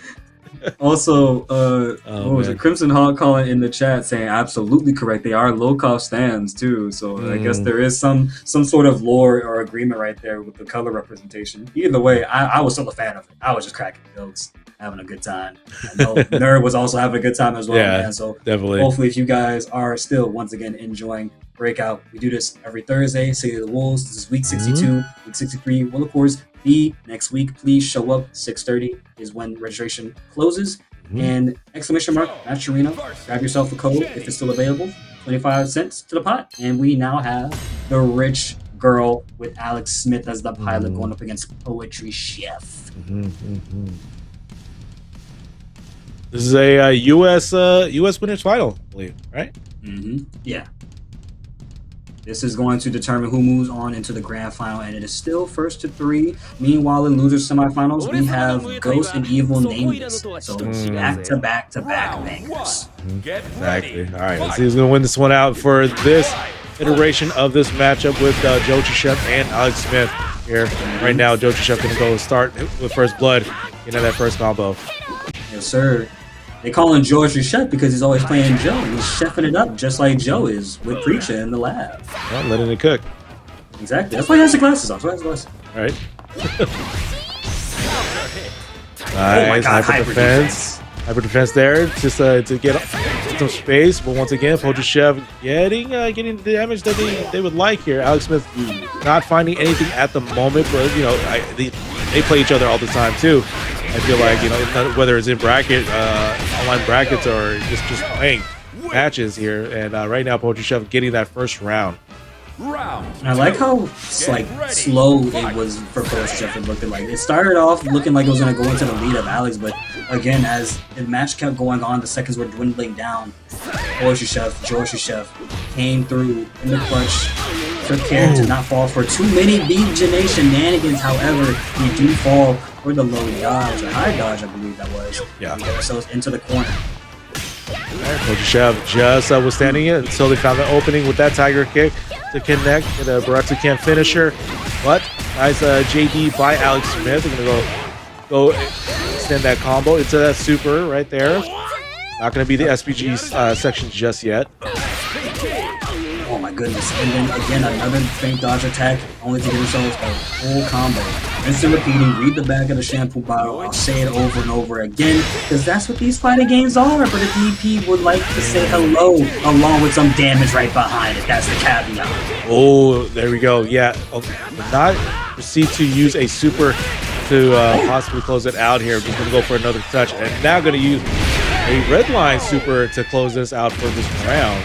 Here. Close out the game, this game actually. So great choice to use. Yeah, I definitely agree with that. Just if you got the meter and you're spending, you better get that kill, and may as well.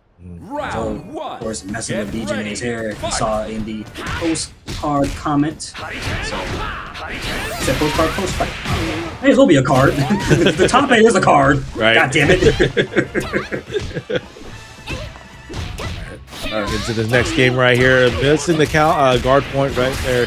Alex Smith going to get some good damage here. Yahoo. Nice jump back in the corner, able to cross up and get away from that corner too. Pressing a button while offense was still going for Poetry Chef. Alex Smith gonna have to pay the price for that one. And again, pressing on your wake up. Not too sure what it could have been. That's gonna hurt by a mile. One more interaction can do it here. Could be anything. But the jump back JC is gonna save the life of Alex Smith, who spends the cash, does the dash to get closer, and Poetry Chef waking up with 5A, and that's gonna be this round.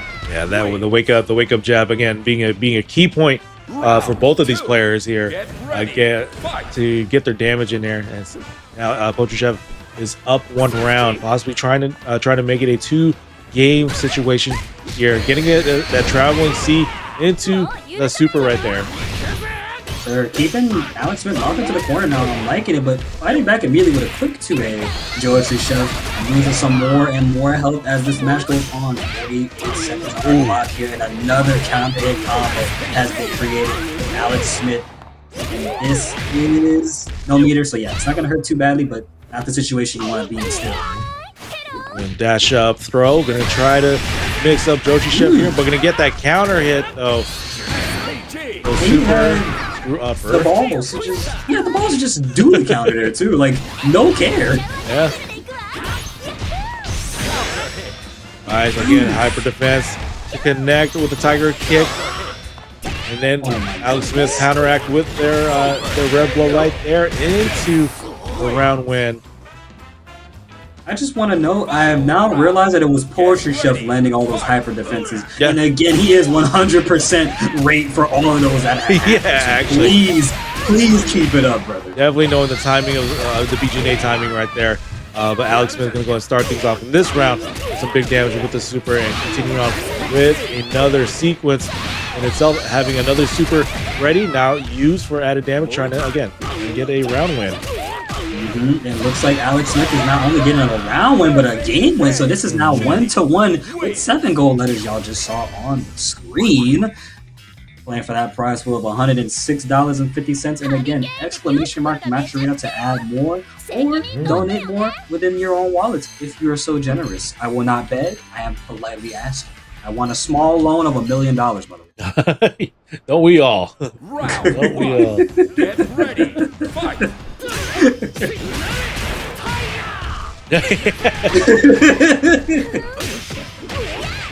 Alright, 5A on wake up once again from Alex Smith, doing the auto combo as well. Does have the corner, but the tides have been reversed, and the waves are once again going back into the swing of Poetry Chef, who knocks us right back into the corner again with Alex Smith having to hold the pressure. Having to hold all this right now. And yeah, there we go. Hey, using the red blow just to stop this offense that Joshi Chef is doing. And Alex Smith trying to do some of their own. Go in and dash up throw and see what the mix is going to look like. No reaction there, but our red blow is going to connect. And we do have a bar meter. I believe we're just going to spend it like that. So, yes, indeed. Go for the Oki situation. Blocking and then throwing. Another throw, maybe, perhaps. No, we just wake up, press 2A, and we take the round. Nice wake up there by Poetry Chef. Trying to make it a 2-game situation here. And it's not like it's impossible to either. It's just these two are very experienced. But not to mention they're playing some very volatile characters, both of which have a counter. I'm sorry, one of them just nullified the projectile with their feet. Correct me, right? And then we just have someone with good pressure. I'm sorry, we have 2 characters with pressure. Exactly. Okay, Poetry Chef getting that super in there. We're going to go into dash up and throw. Continue on with the golden heel with the cross up. Alex Smith getting their EX in there. There's going to be some good damage. You get in there. Yeah, just wants the damage right now, and I understand you want to catch up in that lead so badly, but that's going to hurt too. Now you got to do it. Poetry Chef waking up some buttons. Fighting back, goes for the counter, and then just kills him for it as well. I like that idea Poetry Chef did. Just starting some sort of particular string, and then having a deep counter guard point right there to stop anything that Alex Smith was going to use to react there. So I very much appreciate that Poetry Chef. I think Alex Smith may look at a potential character swap here, or but just maybe needs a breather because again, after a match like that, that's really fast paced. With Poetry Chef up by 2 games, I understand. So now we're getting ourselves the stage swap, Slum Battleground. I think we were just here earlier, weren't we? I believe so. How some of the stages look. I think so. If it's got the diner in the background, I think that is the stage. The drums in the background are getting me so hyped. Okay. Oh no! We were at the pirate stage. Okay. Appreciate everybody that's claiming those codes. We can see that on the center of the screen right there. Continue to claim those codes. Exclamation point Matcherino. But here we go. Our next match here. Poetry Chef is up 2 games. Alex Smith down 1 at the moment. Oh my goodness, those hyper defenses, man. Yeah. Best defense once again. Knockdown. Alex Smith looking pretty good right now, I'd say. Easy some steam right there. Once again right there to continue on. Once again, that traveling C connects here, and that's going to be the round. Poacher Chef now looking at a set point situation for winners final. Get ready. Alex has got to dig deep if they want to stay alive right now with that tournament. Again, fighting for the prize pool of $100, $107 with 25 cents extra added to it, and then some. You know, this is all you can eat buffet around here. But then the DP on hit, yo, he's a ballsy guy. Exactly. All right, here we go. Let's see. Alex Smith on the defensive at the moment. Have to withstand all this offense here. This part, this again, is a strength of Joe, just having this offensive pressure that they can do. They can go with the high-low mix if they feel like you're being a little bit too defensive. And now Alex Smith on the overheat situation, attempted to confirm. And that's going to be Poacher Chef with a 3-1 situation here on winners final. Yeah, that's definitely one of those situations. I think Alex Smith definitely could have made this set go on a little bit longer, but maybe ran out of steam somewhere in between, and it just happens to the best of us. I also feel like it might have just been a little bit too much respect on some of the wake-up options from Poetry Chef here. But again, who's to say? We just got to look at the replays and see what we could do better. And I say replays. Over here, we get the small little plays. I know they're going to go deep into their own replays and figure out tricks and techniques needed to succeed. Yeah, Alex Smith, I can feel you on that right there. Nicest thing I could say is playing online has its limitations.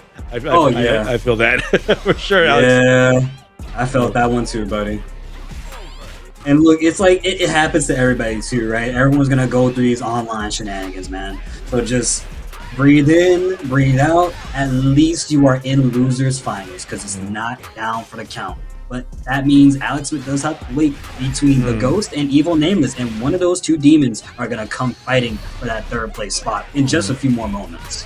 Yep. And then, Alex Smith is going to be waiting in the midst of who's going to win out that matchup in particular and lose his final. But for now, right now, Poetry Chef sitting pretty on the grand finals spot on the winner's side. Looking to make themselves a breakout champion once again. I believe they've won a breakout before too, if I'm not mistaken. They have. Correct. Okay. I thought they, for some reason, thought they didn't, but you know, with the amount of people that come through and sometimes don't come back, it's hard to always remember. So definitely keep showing up if you guys are, you know, always looking to play some. Honestly, just trying to win in general. I ain't lying. Poetry says Alex and I have to play offline. Yeah, I definitely do want to see that. One of these days here, no matter the event, to be able to see that offline was going to be like amazing to watch.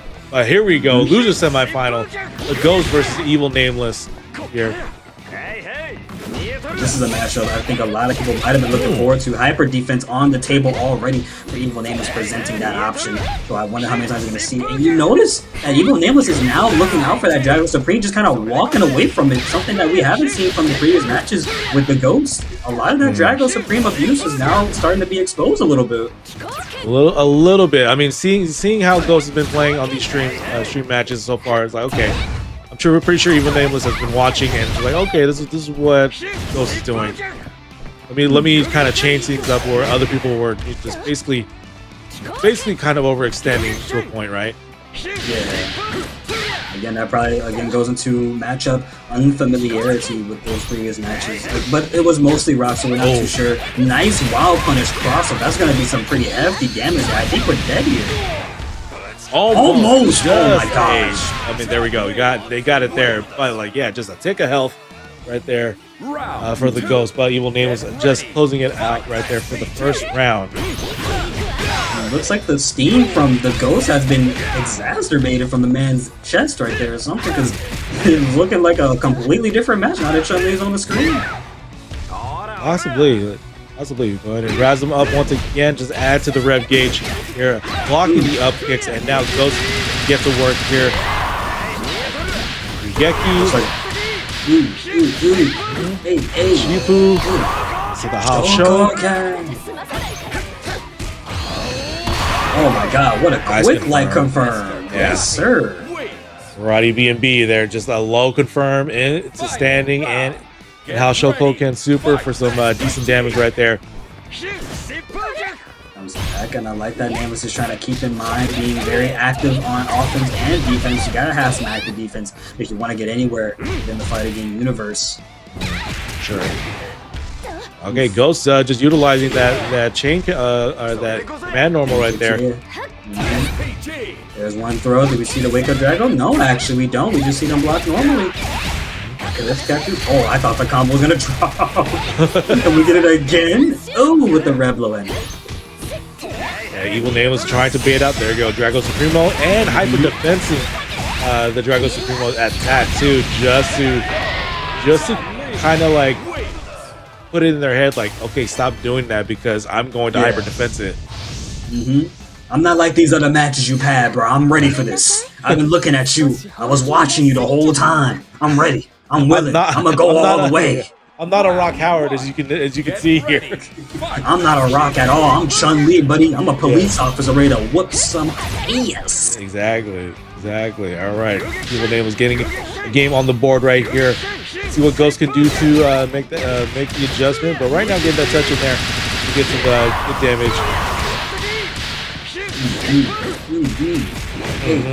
Hey. Charge up a little bit, get rid of that Reblo meter. Again, Ghost finding their way in here. Hey. Ooh, and just back throwing. Okay. Yeah. Ooh. That's a tough situation to even come back from too, because you could be just defending all those projectiles, but one wrong move and you're done for, no matter what it is. Exactly, and also Mr. Karate having the best projectile, basically regular projectile in the game, just nullifying a lot of people's projectiles. Okay, finally the Dragon Supreme finally working out for the Ghost after the first game where it didn't look like it was working at all, but is gonna have to get rid of all of that meter that they just built up, meaning they are down 2 bars a meter, but they have no reps to worry about. Yeah. Alright. On back into it. What's the Oki looking like? Runs up with the sweep, but misses it just barely, and then the Kiko can reach from that far away. EX. EX does reach that far. If it was any other button, then it's depending on the button how far it'll travel. But go and home run there on Evil Nameless for the throw. That it? Oh, Drago Supreme again, working out, and I believe, we're not dead here for sure, but it's gonna hurt by a lot. You do have hitting gear to use, not gonna go and use it yet. We're gonna run up and throw. And that's all they could write out. So now this is 1-1 in the round count here, and not at that, now that we have the match going on, right? To put it in simpler terms, you gotta think about what Nameless has to do now. They've gotten caught by that Dragon Supreme twice. Yeah. Not to mention the offense has changed just slightly from the Ghost. So we have to see what they can do this time to adjust. This is basically a match of like adjusting once the outcome has been shown here. I also say Nameless might have to be a little bit more fast-paced, and you see that Reblo being used a lot, but that's just to go through the projectile and hit the Ghost, who is now eating a full damage combo here. Okay, nice. Yuga right there from the Ghost, but getting hit with that air Reblo and connecting the up kicks for the combo and the round. Evil Nameless. Round 2. Gave them a full combo for that too, so that was definitely the lucky break that they needed. Yep, Good punish. Step back.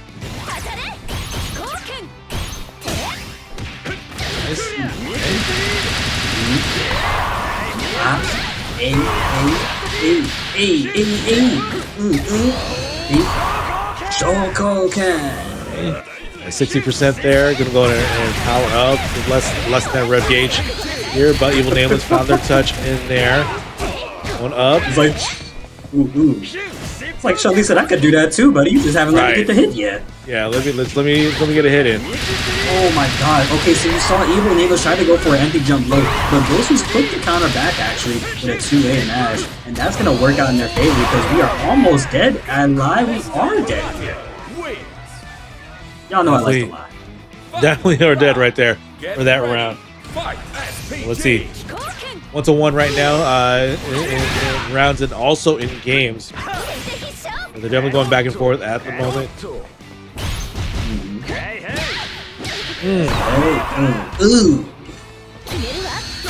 Ooh. Hey, wake Oh up super. I was gonna say Ghost now just showing the threat of the Drago Supremo, throwing it more often right now, just to like see like what it's out here. What are you gonna do? Nice. Oh my goodness, the hyper defense. Yo, everyone's taking a page out of Poetry Chef's book, man. I'm telling you.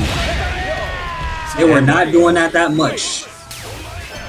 Tick throw by Evil Nameless right there to get the game win. Yeah, but also Evil Nameless doing a great job of not pressing a button, at least for this game, to avoid the EX Drago Supremo.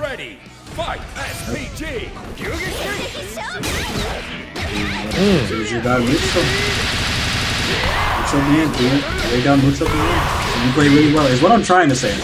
Either way. I think they're doing an excellent job regardless here. Oh, misses that DP, could have gotten the full extension there. Nice, okay, crossing up. Stop that Drago Supremo to activate. The low to confirm into the EX. Your up kicks to connect. Ooh! If only they stepped a little bit out of that corner, that probably could have been a cross-up moment right there, too. Oh, that was a punish, but didn't believe in it fully. Yeah.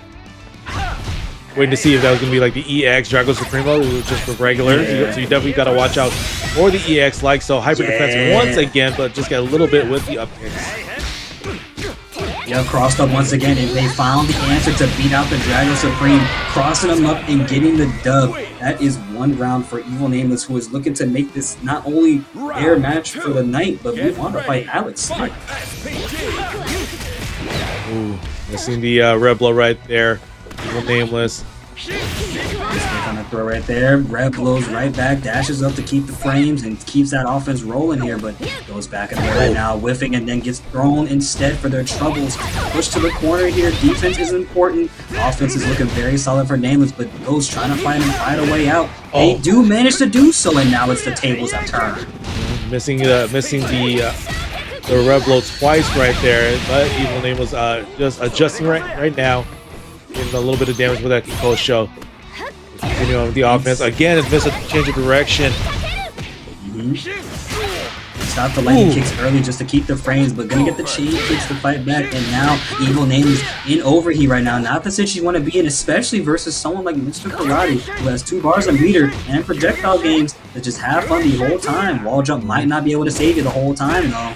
Exactly. And they get knocked down here. Wake up super, but it's going to be blocked by the Ghost. This is going to get the round for the Ghost.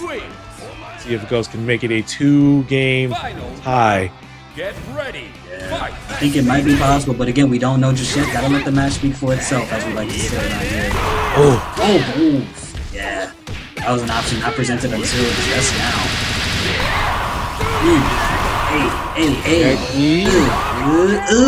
It's a house show close. There goes. Once again, going to deal with a up kick situation and also a throw. Nice block on our overhead earlier, back and away, trying to create some space, get some breather room, and think of a game plan as you dash and push him to the corner slowly. Again, though, you get Ken. Just to fit in. I like that. I like that. Tried to catch the taunt there with a crouching needle kick, but did not work out in their favor. Just barely getting it, but we do it again anyways. And we got ourselves a full combo, spinning the cash, to try and go through that SPG dodge as much as we can here, and we're almost through it too. Yeah, did the combo once again of missing the second air fist to get the super to connect, but goes getting their super in there into the hitting gear, and this looks to be the kill because there's no SPG on that end right there, so it's gonna be a lot of damage, and Ghost making it a 2-game tie situation now. Woo. Ladies and gentlemen, we have a match between bracket demons right here, and again, the winner of this goes on to fight Alex Smith. So this is going to be a absolute uphill battle for both of these players right now, in possibly Poetry Chef too. But again, you can't count out none of these guys because, I mean, again, you never know. And of course, I'm just saying stuff right now, but these matches can go either or, and these guys are playing so well. It's like you can't help but just think about who's gonna go on further. Exactly. Oh, but it looks like Evil Nameless is going to continue on the tradition for the route for the Ghost and fighting the next Rock Howard up with Evil Nameless piloting the character. Let's see what the difference is going to look like with Evil Nameless going for Rock. I wonder why the character swapped though, but maybe there's something that we don't know. We're gonna find out right now. It's the Rock Supremacy Hour. Okay. Oh, I see. Yeah, you saw him using the Shippukens earlier to fight back against the double projectile, or I'm sorry, against the projectile from Mr. Karate there, and I think that's a good call too, actually, but if they're not using it, it might be a little bit worthless almost. However, we do some strike throws around here. We love doing that. Exactly, just tick throws happening. No fight with the Fireball War at the moment, but the EX Drago Supremo is gonna eat up that low right there, and now Ghost is just on the offense again, or keeping it out there. Actually, doing the best that they can, just defenses, and I still hang there, Nameless. I believe in the Rock right now, but it looks like Ghost does not want to fight any Rocks no more, trying to break them all, but Shine Knuckle for the clutch, gets the command throw, and I believe we are not dead. He doesn't have a bar meter, but we go for the throw instead, and that was right. Set point for Evil Nameless. Round 2. Get ready. The Ghost was going for that rev blow, but because Nameless was close enough to just get that throw in. Here we go. Yep, chain kicks once again. Robert now in the corner here. Jumps up, try to go for the throw, but it's a little too late. Oh my goodness. Low to connect into the Shining Knuckle right there, putting the Ghost into SPG, but we're going to go dash with the command grab. 5A fighting back. Ghost right now in a little bit of a peculiar situation here. As SBG, the Nameless is lower on the life bar than they are. However, we are now in the orange. Ghost here on this counter. Back in the way, just trying to find the mark. The Shippuken's beating out the projectile war, so this is definitely the situation to be in if you're Evil Nameless. It's baiting out the counters every which way possible. Exactly. Yeah, no, I feel like Nameless is starting to be more in control here. Just going for those low Shippukens, but wait, man. No way! What a cover right there! Evil Nameless missing right there. Evil Nameless being evil right there with the T-Back Ghost. As I was trying to mention, the Evil Nameless like understanding what Ghost was trying to go for with the Drago Supremo, knowing the timing of it, and just like waiting, just doing the Ghost game, playing the zone until like Ghost is like, okay, fine, I'll try to go in there. I'll do it too. Yeah. Oh my god, that set was beautiful, and I think Ghost understand that too, bro. Because like, I'm sorry, Nameless understood that too. You see, we saw the Rock Howard come through after the Chun-Li looked like it was working out, but it also working out. The thing I liked with the Chun-Li was that both characters were of the same speed, and the hyper defenses came into play with Evil Nameless and Ghost in that matchup. But it looked like they were almost too even. And then they swapped to the Rock Howard, and things just changed. It was slow. It was played to the pace that Evil Nameless wanted instead of being on even level ground with Mr. Karate. So that worked out for Nameless in the long run. I had questioned the decision at first, but now it makes sense. You got double Shippuken to beat out the projectiles from Karate. You also know the timing of that counter. Not to mention, my man, I'm going to let the clip speak for itself because I'm sure it got clipped. But when you do something as crazy as that and still get the dub, that lets me know, hey, man, I'm playing this game right now. Like, look, he whipped the super. You whipped the super, got the throw. And then again, then did the throw once again, man. Evil Name was with the Rock change. I was like, "Damn, okay." Ghost understands the Rock because he's been fighting Rock Howard the entire like path to top 8 here. But no, Evil Name was just understood. Like, he's been doing like wake up, Drago counter when he feels like he's a little bit in trouble here, and knew the timing. of that and able to get that win. just adding more salt to the wound. Salt to the wound, man. Yeah. So now we made it to our losers finals here, and this is going to be Evil Nameless versus Alex Smith. Finally having some matches on the screen once again. Of course, Evil Nameless needing the ghost to get here. Alex Smith going down to losers because of Poetry Chef. And now we are sitting here with two powerhouses on our screen. Evil Nameless commented like, "Sorry for the teabag. I got mad with Mystic Karate." I could tell. I could tell, brother. That character is a menace to society. If me hyping him up wasn't enough, that's how I would feel too. Oh my gosh, yeah, having to fight him is just like it's a whole nother level. Even with even the fact that we get like characters a month here, just fighting the Mystic Karate every time is like, oh my gosh. Here we go. Because he's so solid, bro, but not as solid as Evil Nameless' Rock Howard right now, coming through in the clutch, trying to kill the BJJ as quickly as they can. But Alex Smith waking up with 5T to fight back. And now the offense is starting with both players in overheat. And it's Alex Smith who gets to confirm to seal the round deep. There we go. Yeah, no, Alex Smith looking a little in trouble at the very end there, but able to turn that around, even with the overheat that was put on him, able to close that out. And now we're back into it. A nice high dodge to counteract that high attack right there, and that shiny knuckle to be able to just end that with the combo. Nameless was looking good, but now the tides have turned in the corner, out of the corner, and just chasing him down. Alex, I love that they don't give up their offense as much as possible. They'll dash up in front of your face if you're not doing anything at all, and will take home the lead by storm just like that. Look at the damage, 15 hits, and you're almost done for. One more combo, can do it here, but I don't think Nameless is going to let that happen. As soon as I say something, though, commentators curse. Alex Smith up by 1 game. Dude, the jab confirmed right there into the super. Alex Smith getting the first game over Evil Nameless. Evil Nameless, I know, on a momentum higher at the moment with that last match, but Alex Smith being solid all around here, winning the first game. Get ready, fight. This is going to be a bigger challenge for probably Nameless too. I mean, again, they were rocking out really well with the Chun-Li, but now they're sticking to the rocket scenes, very full confident inside of him too, but not too sure how long this will work out. Again, Alex Smith very aware of both of those characters.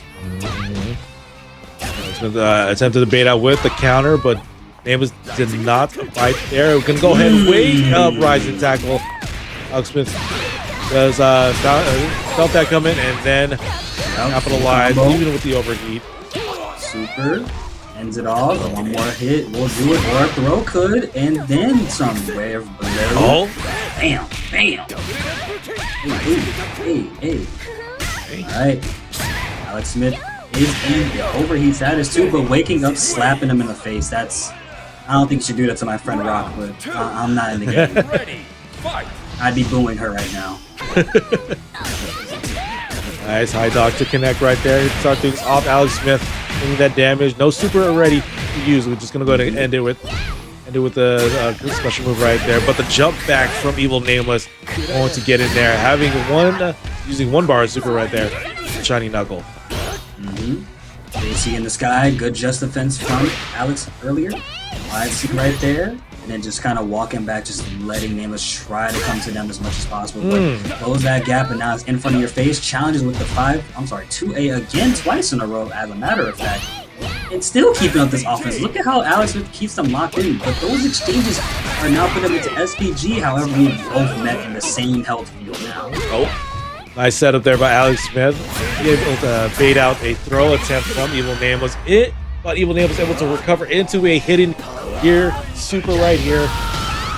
Well, the geyser not been killed just yet, but just needs one more touch. So does Alex Smith. Baffle super, Reppuken, Shippuken, Reppuken, baffles again, slaps him in the face, crossed up, Red Blow says hello. Okay. Final round. Get ready. That was looking real close there for both players, but Name was able to win that one out for that round. And now Evil Nameless starting things off here, getting the command grab. Picks up full combo here. Nameless is running home with the gold right now. Has Alex Smith in the right position. Low help. Gets it for the life. Wow. Backdash in the corner, reading the grab option. Yeah, backdash, like, just, yeah, that was sick. It was looking like overhead, but they broke it to make it a command grab. But not escape that grab this time. Evil Nameless gonna get on the board here. It's a 1-to-1 situation here for losers finals. Yep. Rocking the pumpkin rose on top of that. Halloween season is almost here, so get your pumpkins ready, y'all. Round 1. You know, there's some people who celebrated that during the summer. Yeah, right. Like, yo. Hey. Nice finish right there. Hello. Oh, 2C. Again with that dodge anti-air. Gonna do a lot of damage and a lot of work. Scale damage, right? Not a lot, but still enough in that particular situation. Hey, avoiding the Shibuken right there, but the jab confirmed by Alex Smith with the small hop. Countered it. Oh, the booty counter. That red blow right there, and Alex Smith gonna get this round here. Trying to make it a 2-1 situation on their side. Hey. Janae closing that gap between her and Nameless as much as they can. Rock backing away though. Goes in, finally getting the combo counter. Started down. 13 hits. With the super for the Oki situation, what's it gonna be? With the kiss and gets the low to confirm. Another super to throw it out there. Putting Nameless into the SPG side of things, but gonna get hit with that jump in, and also the down C to connect. No super to use to close this out. Gonna go red blow by Evil Nameless. Earlier, and then able to fight back and keep the momentum, but still lost it just barely though. Did not matter. Got the small confirm to get the special kill, and hey, we are now 2-1 for Alex Smith. Alex Smith here. Alex Smith definitely wants to get that run back against Joji Chef here in the grand finals. Evil Nameless is here as well. Wants to get wants a shot at Joji Chef as well. Let's see what Nameless is gonna do here. Maybe going back to the Chun-Li. I'd assume yes, but oh yeah. Looks like we are gonna get it.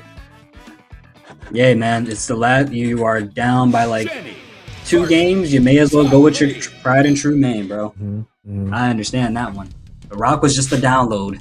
You got a game. That's all he needed. Yeah, very possibly. Round 1. All right, we're at the park here.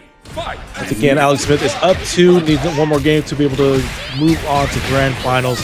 Face Joji Chef once again, but Evil Nameless needing to survive a game, keep this going in for their tournament life. But Alex Smith just all cylinders at the moment with the offense. And also, Evil Nameless and Alex Smith, 2 players playing right now, got knocked out by Poetry Chef too. So this is definitely the run back for one of these players. Yeah, very much so. Right, Jack. Nameless Wins. down around already so far. Round 2. Get ready. Gap confirmed right there for Alex Smith. Well, now Alex Smith now looking at set point here. Let's see what Evil Nameless can do to adjust and stop this offense. That is the train of BJNA. Feel like it's possible, but again, when you got drive like Poetry Chef's, when you have the drive to fight Poetry Chef, who is resting comfortably in the grand finals, it is definitely the drive, the momentum to have to want to go fight them again. Reading the roll, but look up to 5-8 and then follows up with the grab right after that. Keeps up that momentum, doesn't let go. Another grab, and now into the Nice, okay, stop that with a Kosher Super to connect Hizachu to fake them out. But the overhead did not break or did not faint. And now Evil Nameless with the survival point. Get ready. Fight. SPG locked in for both players already in the beginning of this round. Rebel has been used from Alex Smith in this round. Offense on the table. Lets it go. Just kind of keeps that neutral right there. Both players just throwing out the button to see who's going to get hit first. And it's going to be Evil Nameless getting hit this time in this exchange. Crossed up, rev low once again, setting that 58% on the meter count. But we do have a full combo. And this gun started by Alex Smith, who cashes out with the hitting gear. And that's going to hurt like hell for Evil Nameless's health bar. Looking a little dicey at the moment for Nameless. Not the kill, but you are, and you got to do some work right now, Nameless. This is a very bad situation, and then it just throws it. You know what? Hey, hands in the air. I understand the decision behind it. You just want to see what would happen. Yeah. Why not? But that means Alex Smith will be up 3-1 and goes back for the run back against Poetry Chef, and that is now your grand final. So, ladies and gents, lock in, exclamation mark, Matcherino, grab yourself some codes because we now have our grand finals locked in. Poetry Chef on the winner's side, Alex Smith on the loser's side. No DLC. I'm sorry, actually, there is DLC. Joe Higashi, but that's besides the point. That's not Mr. Karate. Joe Higashi, Bijane, KOF run back because they are both in KOF as well. Yeah. So now we just gotta decide. I mean, who's gonna be the king of City of the Wolves tonight, week 62. Yeah, week 62 here. Yeah, no, this we're looking here at the replays once again with Evil Nameless and Alex Smith. So great stuff here by both players here. Evil Nameless finding their time in there, finding their offense in there, but it was Alex Smith a good portion of the time getting that offense in there, pressing the gas a little bit more as they were closing in on games. But it doesn't not to say that Evil Nameless did not try without fighting here. Hey, I believe. Oh man, you're gonna have to correct me if I'm wrong because I don't speak Spanish too often. But I believe it would be like what, tu luego, mucho bien. I'm just trying to say that they played very well. Both players did, but mostly the Evil Nameless. But yeah, man, they did. I mean, I think they did extremely well, especially Nameless. He ran it all the way up to get third place. Going down in that section is definitely a run of history. And hopefully we can do more of those runs with a bigger cast of people, too. And that was a pretty small bracket, but I mean, again, we still have some of the strongest hitters in this bracket. Of course, your top 8 was your top 8 for a reason. Alex Smith, Nameless, Poetry Chef, Axelo, Ghost, Ranger, El Rayo Mag, and Crimson Hawk. So we're going to be getting ourselves into this grand finals momentarily. And once again, y'all, exclamation mark, Matcherino, grab yourself some codes, 25 cents added to the pot before the night ends. And we will also have those available for you after the stream ends, of course, as well, if you want to claim some. On top of that, we do have exclamation mark XFS. Use the code Breakout to get 25% discount on your tourney run fee over there, happening in Austin, Texas, October 16th through the 17th. Oh, yeah. And definitely drop us a follow. We will be here all week, every day. Next week, we'll also be City of the Wolves on Thursday. Schedule has not changed, so please feel free to show up next week as well if you could not make it out tonight. Other than that, we'll be getting this match running for y'all in just a few more moments. Yeah, just waiting for... Yeah, no, feeling real good. Just waiting for Alex Smith to jump in. Probably, I'm sure he needed a break just to get a little bit of breather before he gets started with this grand finals situation here. Someone in chat is saying it's surreal to see a Joe winning a tourney. Has it happened yet? Yes, actually, Poetry Chef. Our very own Poetry Chef has won Breakout here quite a bit of times here. Looking to add a number to their win record. In the win record placements that you're about to see at the very end of this tournament. And yeah.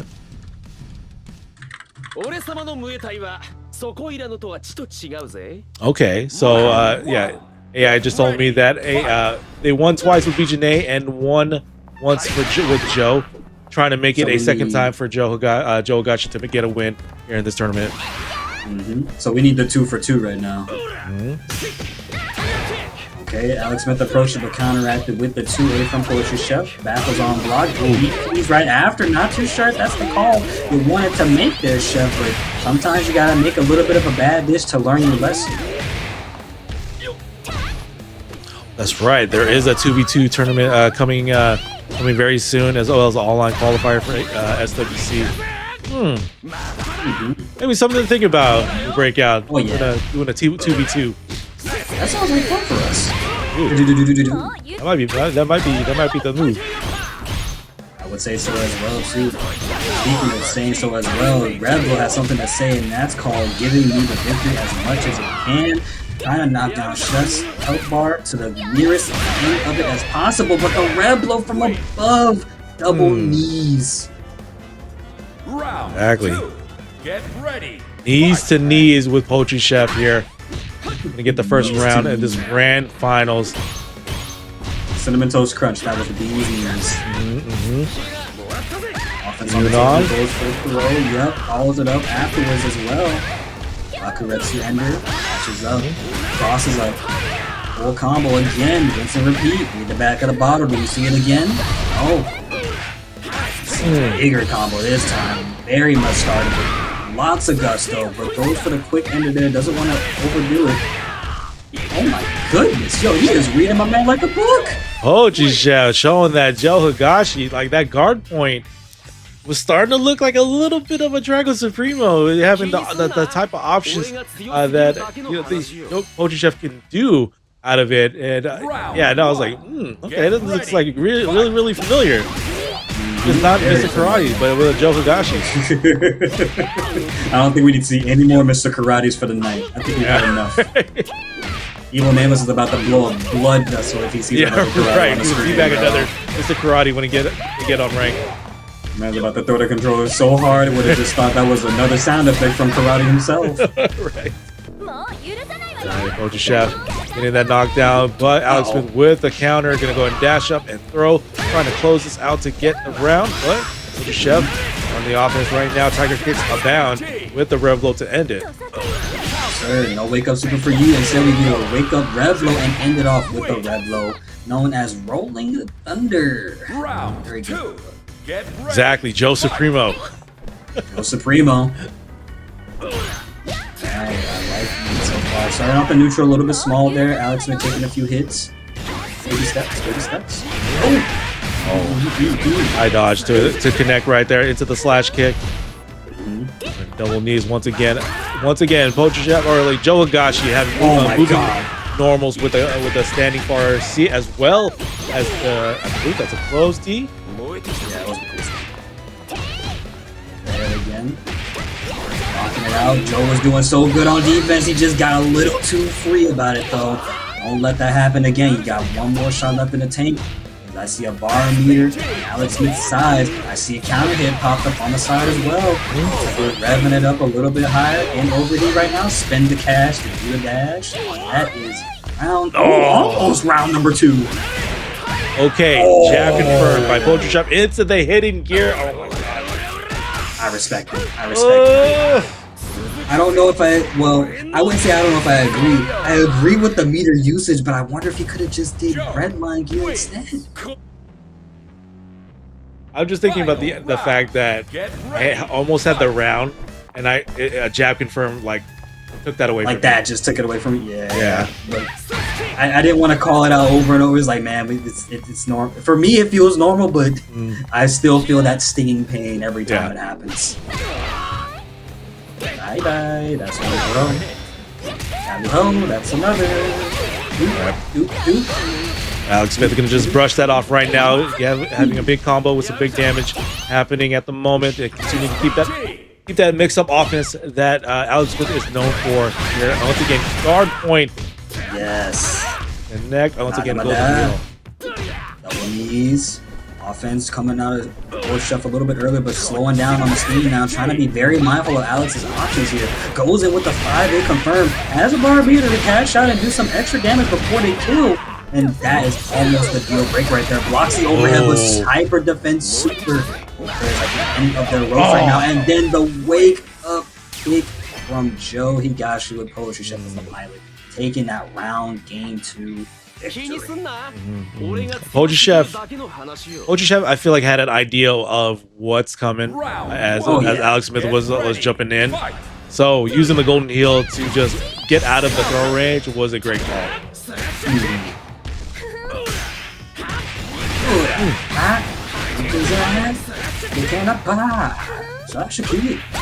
Hey, Oh wait, my God. here. He just likes hearing the sound of Joe Higashi. He doesn't want to hear nothing from B. Janae. Look at this man. Again, Ooh, counter. hard point. Is this going to be a perfect game? Commentator's curse? Being used right here. Overhead to connect. And counteract the Rebel for a perfect game. Oh my gosh. Pochi Chef. Round 2. Sitting on tournament point right now. 2 games right now. Pochi Chef, yeah, Pochi Chef leveling up. I feel that with the Joe, because this is like a Joe on another level here. This is definitely a Joe on another level. I don't think Pochi Chef has played this hard for a long while, and now it's Alex Smith racking him up too. And it looks like Alex Smith is just saying, I don't know if I could do it no more, boss man, but you got to. The throw command, and this also beckons a victory lap for Joe Higashi and Pochi Chef. Double perfect games back to back. This is your week 62 winner for Breakout City of the Wolves. It happened so fast that the scores didn't catch up. Yeah, it did not catch up at all. Congratulations, Poetry Chef. Man, that Joe looking nasty right there. Man, I mean, solid attempt by Alex Smith. Like Alex Smith, I know that like that just that's just uphill right there. But with the level of play that Poetry Chef is doing with the Joe Higashi, like damn, like that's scary. Was a smacking. That was a smacking happening right there, man. And it's like not even to discredit the effort that Alex Smith put out, right? Like they did as much as they could, but it was just Poetry Chef who was in the hot seat from beginning to the end of this tourney. Like he was really on top of his game, really wanted that victory. Did not matter who was in front of him because we did have some heavy hitters here, but still, I mean, Alex Smith and him had a very good showcasing in the first winners final set, and then the grand final set, you saw the result 3-1. But I definitely think that could have been something more deadly. It could have been a 3-2 for all we know. But I will, again, shout out to Alex Smith getting that second place victory. Poetry Chef, first place. Evil Nameless, third place. And your top 8, of course, is going to be the Ghost coming in at 4th place. Crimson Hawk, Axelo, Rayo, no, Alex, you are definitely not trash here. Like we're looking here at the replays. No, it's just like I don't know. Like for me. I've been commentating these things for a bit. There feels like a difference of play with Poetry Chef with the Joe Higashi. It felt like he just broke a ceiling of some sort. So it's just that Joe leveled up even more so. Yeah, I feel like. Let's also not mix up the commentators' words right here. I'm not gonna call anybody trash. I played too many damn fighting games and fought too many damn people. So what I'm gonna sit here and tell you right now, my man Alex Smith, you did well. And I don't care if you want to hear it or not. You did damn well. So I need you to take that and shut it, my brother, respectfully, of course, because I'm not gonna sit here and tell you what's wrong. I'm gonna tell you what's right. Exactly, Alex Smith. No, I feel Alex Smith. I do declare like being the best Janae out there, but you can see here on this top 8 how that proves right here. As you can see, Alex Smith just going on the winning side of things, but also as well as Poetry Chef, while Nameless and Axel trying to do their thing. Nameless going as far as to the losers semifinal, actually losers finals here. You can see, but like just stopping short against Alex Smith, but the Ghost as well getting as far as they can until they met up with Evil Nameless. But shout outs to also Axel 808 as well as Crimson Hawk as in Ranker and Elroy Mack. They also did their thing for tonight in this intimate bracket of sorts. But here you can see the win leaders being updated once again. Poetry Chef now having 4 titles added to their plate here, with the BJJ still shown there, but now they're rocking the Joe Higashi, and everything else pretty much the same at the moment. With Super Grandios leading the charge with 12 titles, Scientific off not too far behind with 10, and Sosik Nasfan just holding strong with the 6 titles. I know everybody that's below that or tied is trying to surpass Sosik Nasfan to take that 3rd place spot. Yeah, and let the pieces fall where they may, man. I mean, 6 titles you can only have 6 for so long before someone catches up, and that 6 no longer becomes the 6 you want to see. It becomes a matter of 8 like matches. However, we will talk about the pick race for a little bit here, and this is again the data collected via matches within the top 8, and sometimes it can be a little bit skewed, but this is just to give you guys an idea of what the landscape is looking like. And of course, it seems like the DLC has definitely changed the scope with Joe Yeah. Higashi being at 25 picks, Rock Howard being there at 31, Preacher with 27, and BJJ with 16. But Mr. Mhm. Karate stands atop with 39 picks, and I'm sure that is due to people like the Ghosts coming over here and trying to get as far as they can. Mhm. Of course, you can't count out Chun Li, Mr. Big, Ken, and Marco. Neither can Mhm. you count out Mr. Genetico up top right there. So Yeah. there's a lot of characters out there for us to be going through. But as per usual, the landscape changes this game's future and is always resting within DLC and so on and so Mhm. forth. Because again, we got Duck King coming up and Rick Stroud. So the Mhm. landscape is going to change up once again with Yeah. those characters. Yeah, definitely, definitely. Just people needing to figure out how those characters in particular are, how to navigate them. But yeah, no, unfortunately, no Duck King for tonight. This is the debut week for Duck King, but it's not to say that nobody's going to be picking Duck King. Just people need to cook a little bit with the character, and yeah, and we'll find out, and we'll see. We still need to find that one Rick Stroud player who's just going to dominate the landscape too for Fatal Fury City of the Wolves. But yeah, that's going to be it for us here at Breakout. Once again, for Fatal Fury City of the Wolves, thank you guys so much for hanging out with us. Kwamago, where can they find you? What are you doing? What is up next for you? Oh man, I am always busy. I eventually plan to get back into the streaming world again. Gonna probably be streaming some single player action games. Of course, I got stuff like Dench Attack and Persona 5 Royal Mhm. planned rather. Hopefully I can get to those games as soon as possible. So yeah, find me at Kuomoko _ on Twitch. You can find me at Kuomoko _ on Twitter if you so wish to follow and see just what I ramble about, because trust me, I use Twitter like it's just nothing. I just go there, say random crap. Don't take what I say on Twitter literally until I come here on the mic and answer for my crimes. Other than that, I will be busy as a bee, as Mm. happy as I can always try to be. Other than that, where can they find you, my neighbor in the basement? You can find me at Marco Polo 177 and at Nerd in the Bay on Twitch and YouTube. I stream as well on the late hours for myself. Yeah, I'm trying to figure out what to stream for tonight. But yeah, I'm gonna watch that GTA 6 preview that's on Netflix. I bet you could also watch it on YouTube now because I think it's Yeah. there now too. So They're gonna yeah, find a way to put it on Twitter too. exactly. So yeah, that's pretty much it for me. Oh, but also gonna be at Guildhouse Black for this weekend, commentating Tekken, possibly some Tokon there this weekend, as well as the weekend after that, or the Friday after that, for our very first block party up in Oakland, California. It's gonna be very, very exciting to get that going there too. So yeah, that's gonna be it for me, and that's gonna be it for us here at Breakout. Thank you guys so much for hanging out with us. We'll see you next Thursday for the next Fatal Fury City of the Wolves bracket for week number 63. So that's gonna be it for us. So thank you guys so much, and I'll see you guys next time. Bye bye. Take it Peace easy out, and peace out. smell fresh, y'all.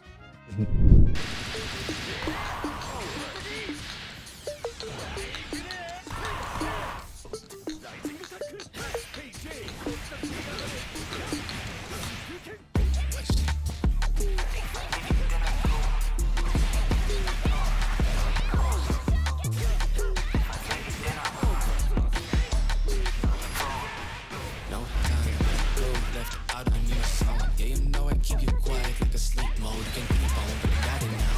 I found my crowd now. I might just deep, y'all can catch me when I leave out. If I leave it and I go, you just anything that I know, let it blow.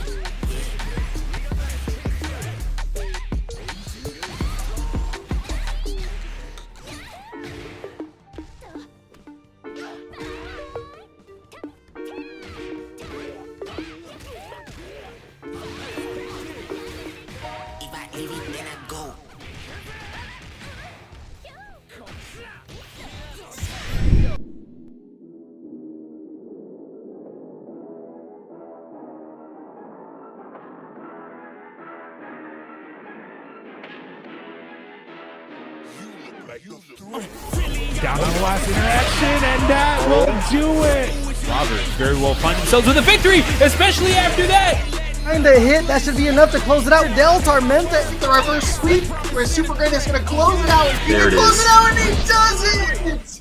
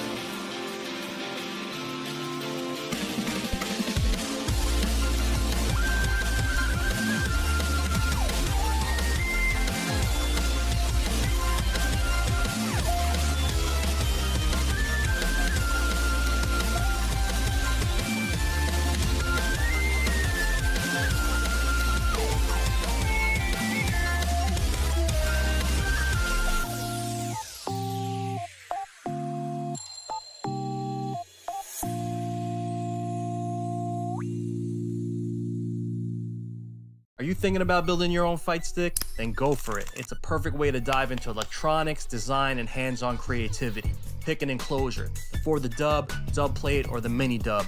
Now DIY builds means full control, easy upgrades, and your own personal style. Join an amazing community of makers, artists, and gamers, and be the builder of your crew. Nobody's safe. Nobody's safe.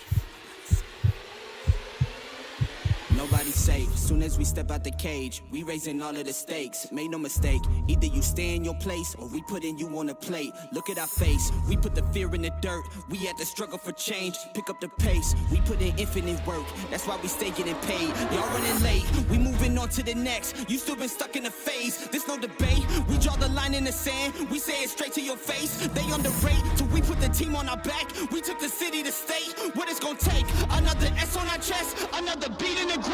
We innovate, we always switching it up. They can't predict what we say. Come out the cave, they see the blood on our shirt. They see the teeth in the face. They watching tape, still trying to figure us out. They think we came here to play. They sending snakes, they trying to give us a curse. They want us taking the bait, but that's okay. We keep on dodging the bull. We keep on saying Olay, blocking the way, thinking we flipping reverse, but we keep rushing the gate, stopping the rain. We know they sit on the throne. It's looking easy to take. We not afraid. We put the fear in their bones. Ain't no more running away. They tryna trace, they tryna follow our steps. They tryna copy the wave. Boy, that's so lame. That's why they keep getting curved. You gotta stay in your lane. They wanna claim that we not giving them work. Like this is minimum wage. Boys, you crazy. Why you keep feeding the beast? Now that you open the cage, nobody's safe. Nobody's safe. Tell them don't start. Nobody's safe.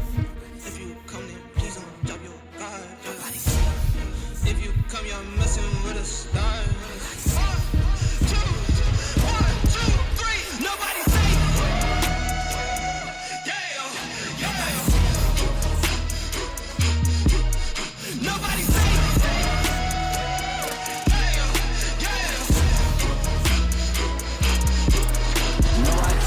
For my folks, for my mama and my pops. I don't care if you the cops, anybody could get boxed. If you aiming for my head, then you better take your shot. If you miss, then this fist gon' be cleansing your clock. I don't care if you the press or the feds or an op. If I stretch out these hands, then prepare to get robbed. If your friends said that you had a chance, understand that they probably was never for your friends. They my fans. fans. Jumped in the ring and I started swinging. Came from the jungles of drunken demons, fighting them off in the Coliseum. Studied and learned how to target weakness. That's why your team will do better beefing with someone else who was probably vegan. Touch me and lose every single finger. Touch me and watch how I turn the scene. Massacre. As soon as you have the nerve to try to step to me, I will snatch your turf. And matter of fact, scratch that, I will snatch your earth. You tried to breathe to see how the asthma works. We don't compete. I'm not in a class with earth. My boys are down the ball. If I say the word, the team is down the hall. If I call the third, what's happening? Best believe that a massacre. Nobody's safe. Nobody's safe. Tell them don't start. Nobody's safe. If you come in, please don't drop your guard. Nobody's safe. If you come, you're messing with a star.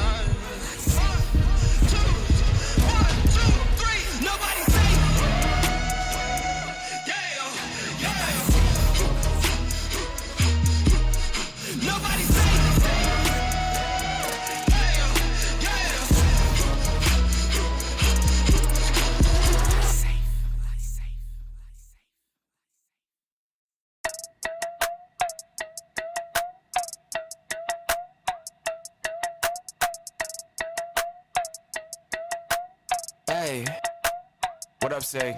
Yeah, all my life I told them I would do this, now I done it. Even as a child they tell me that boy you're the son it. Now I seen them out, they ask me how the music coming. If I told them what I goes, I know they think it's so disgusting. Told them matter of fact, I said I'd rather not discuss it. Seem like every day I got another check that's coming. Training for a marathon, I'm building another pace, but I ain't have to train for this shit. Always knew that I would run it. I came too far for a grown man to tell me how to get mine. How y'all still talking, I don't listen, I swear we never align. Y'all ain't never done it, still give advice, I don't take directions from the blind. Just stay on my job or you're unemployed, I told them go and apply. That's some real facts, but they won't listen, don't take opinions, y'all only give them. They crash on the road now, but I stay my line, I was always driven. Had to get it out, tunnel vision. Steph Curry, man, I'm never missing. Back in the day, I was in the office, now I'm getting paid, but like it's done to Mifflin. All my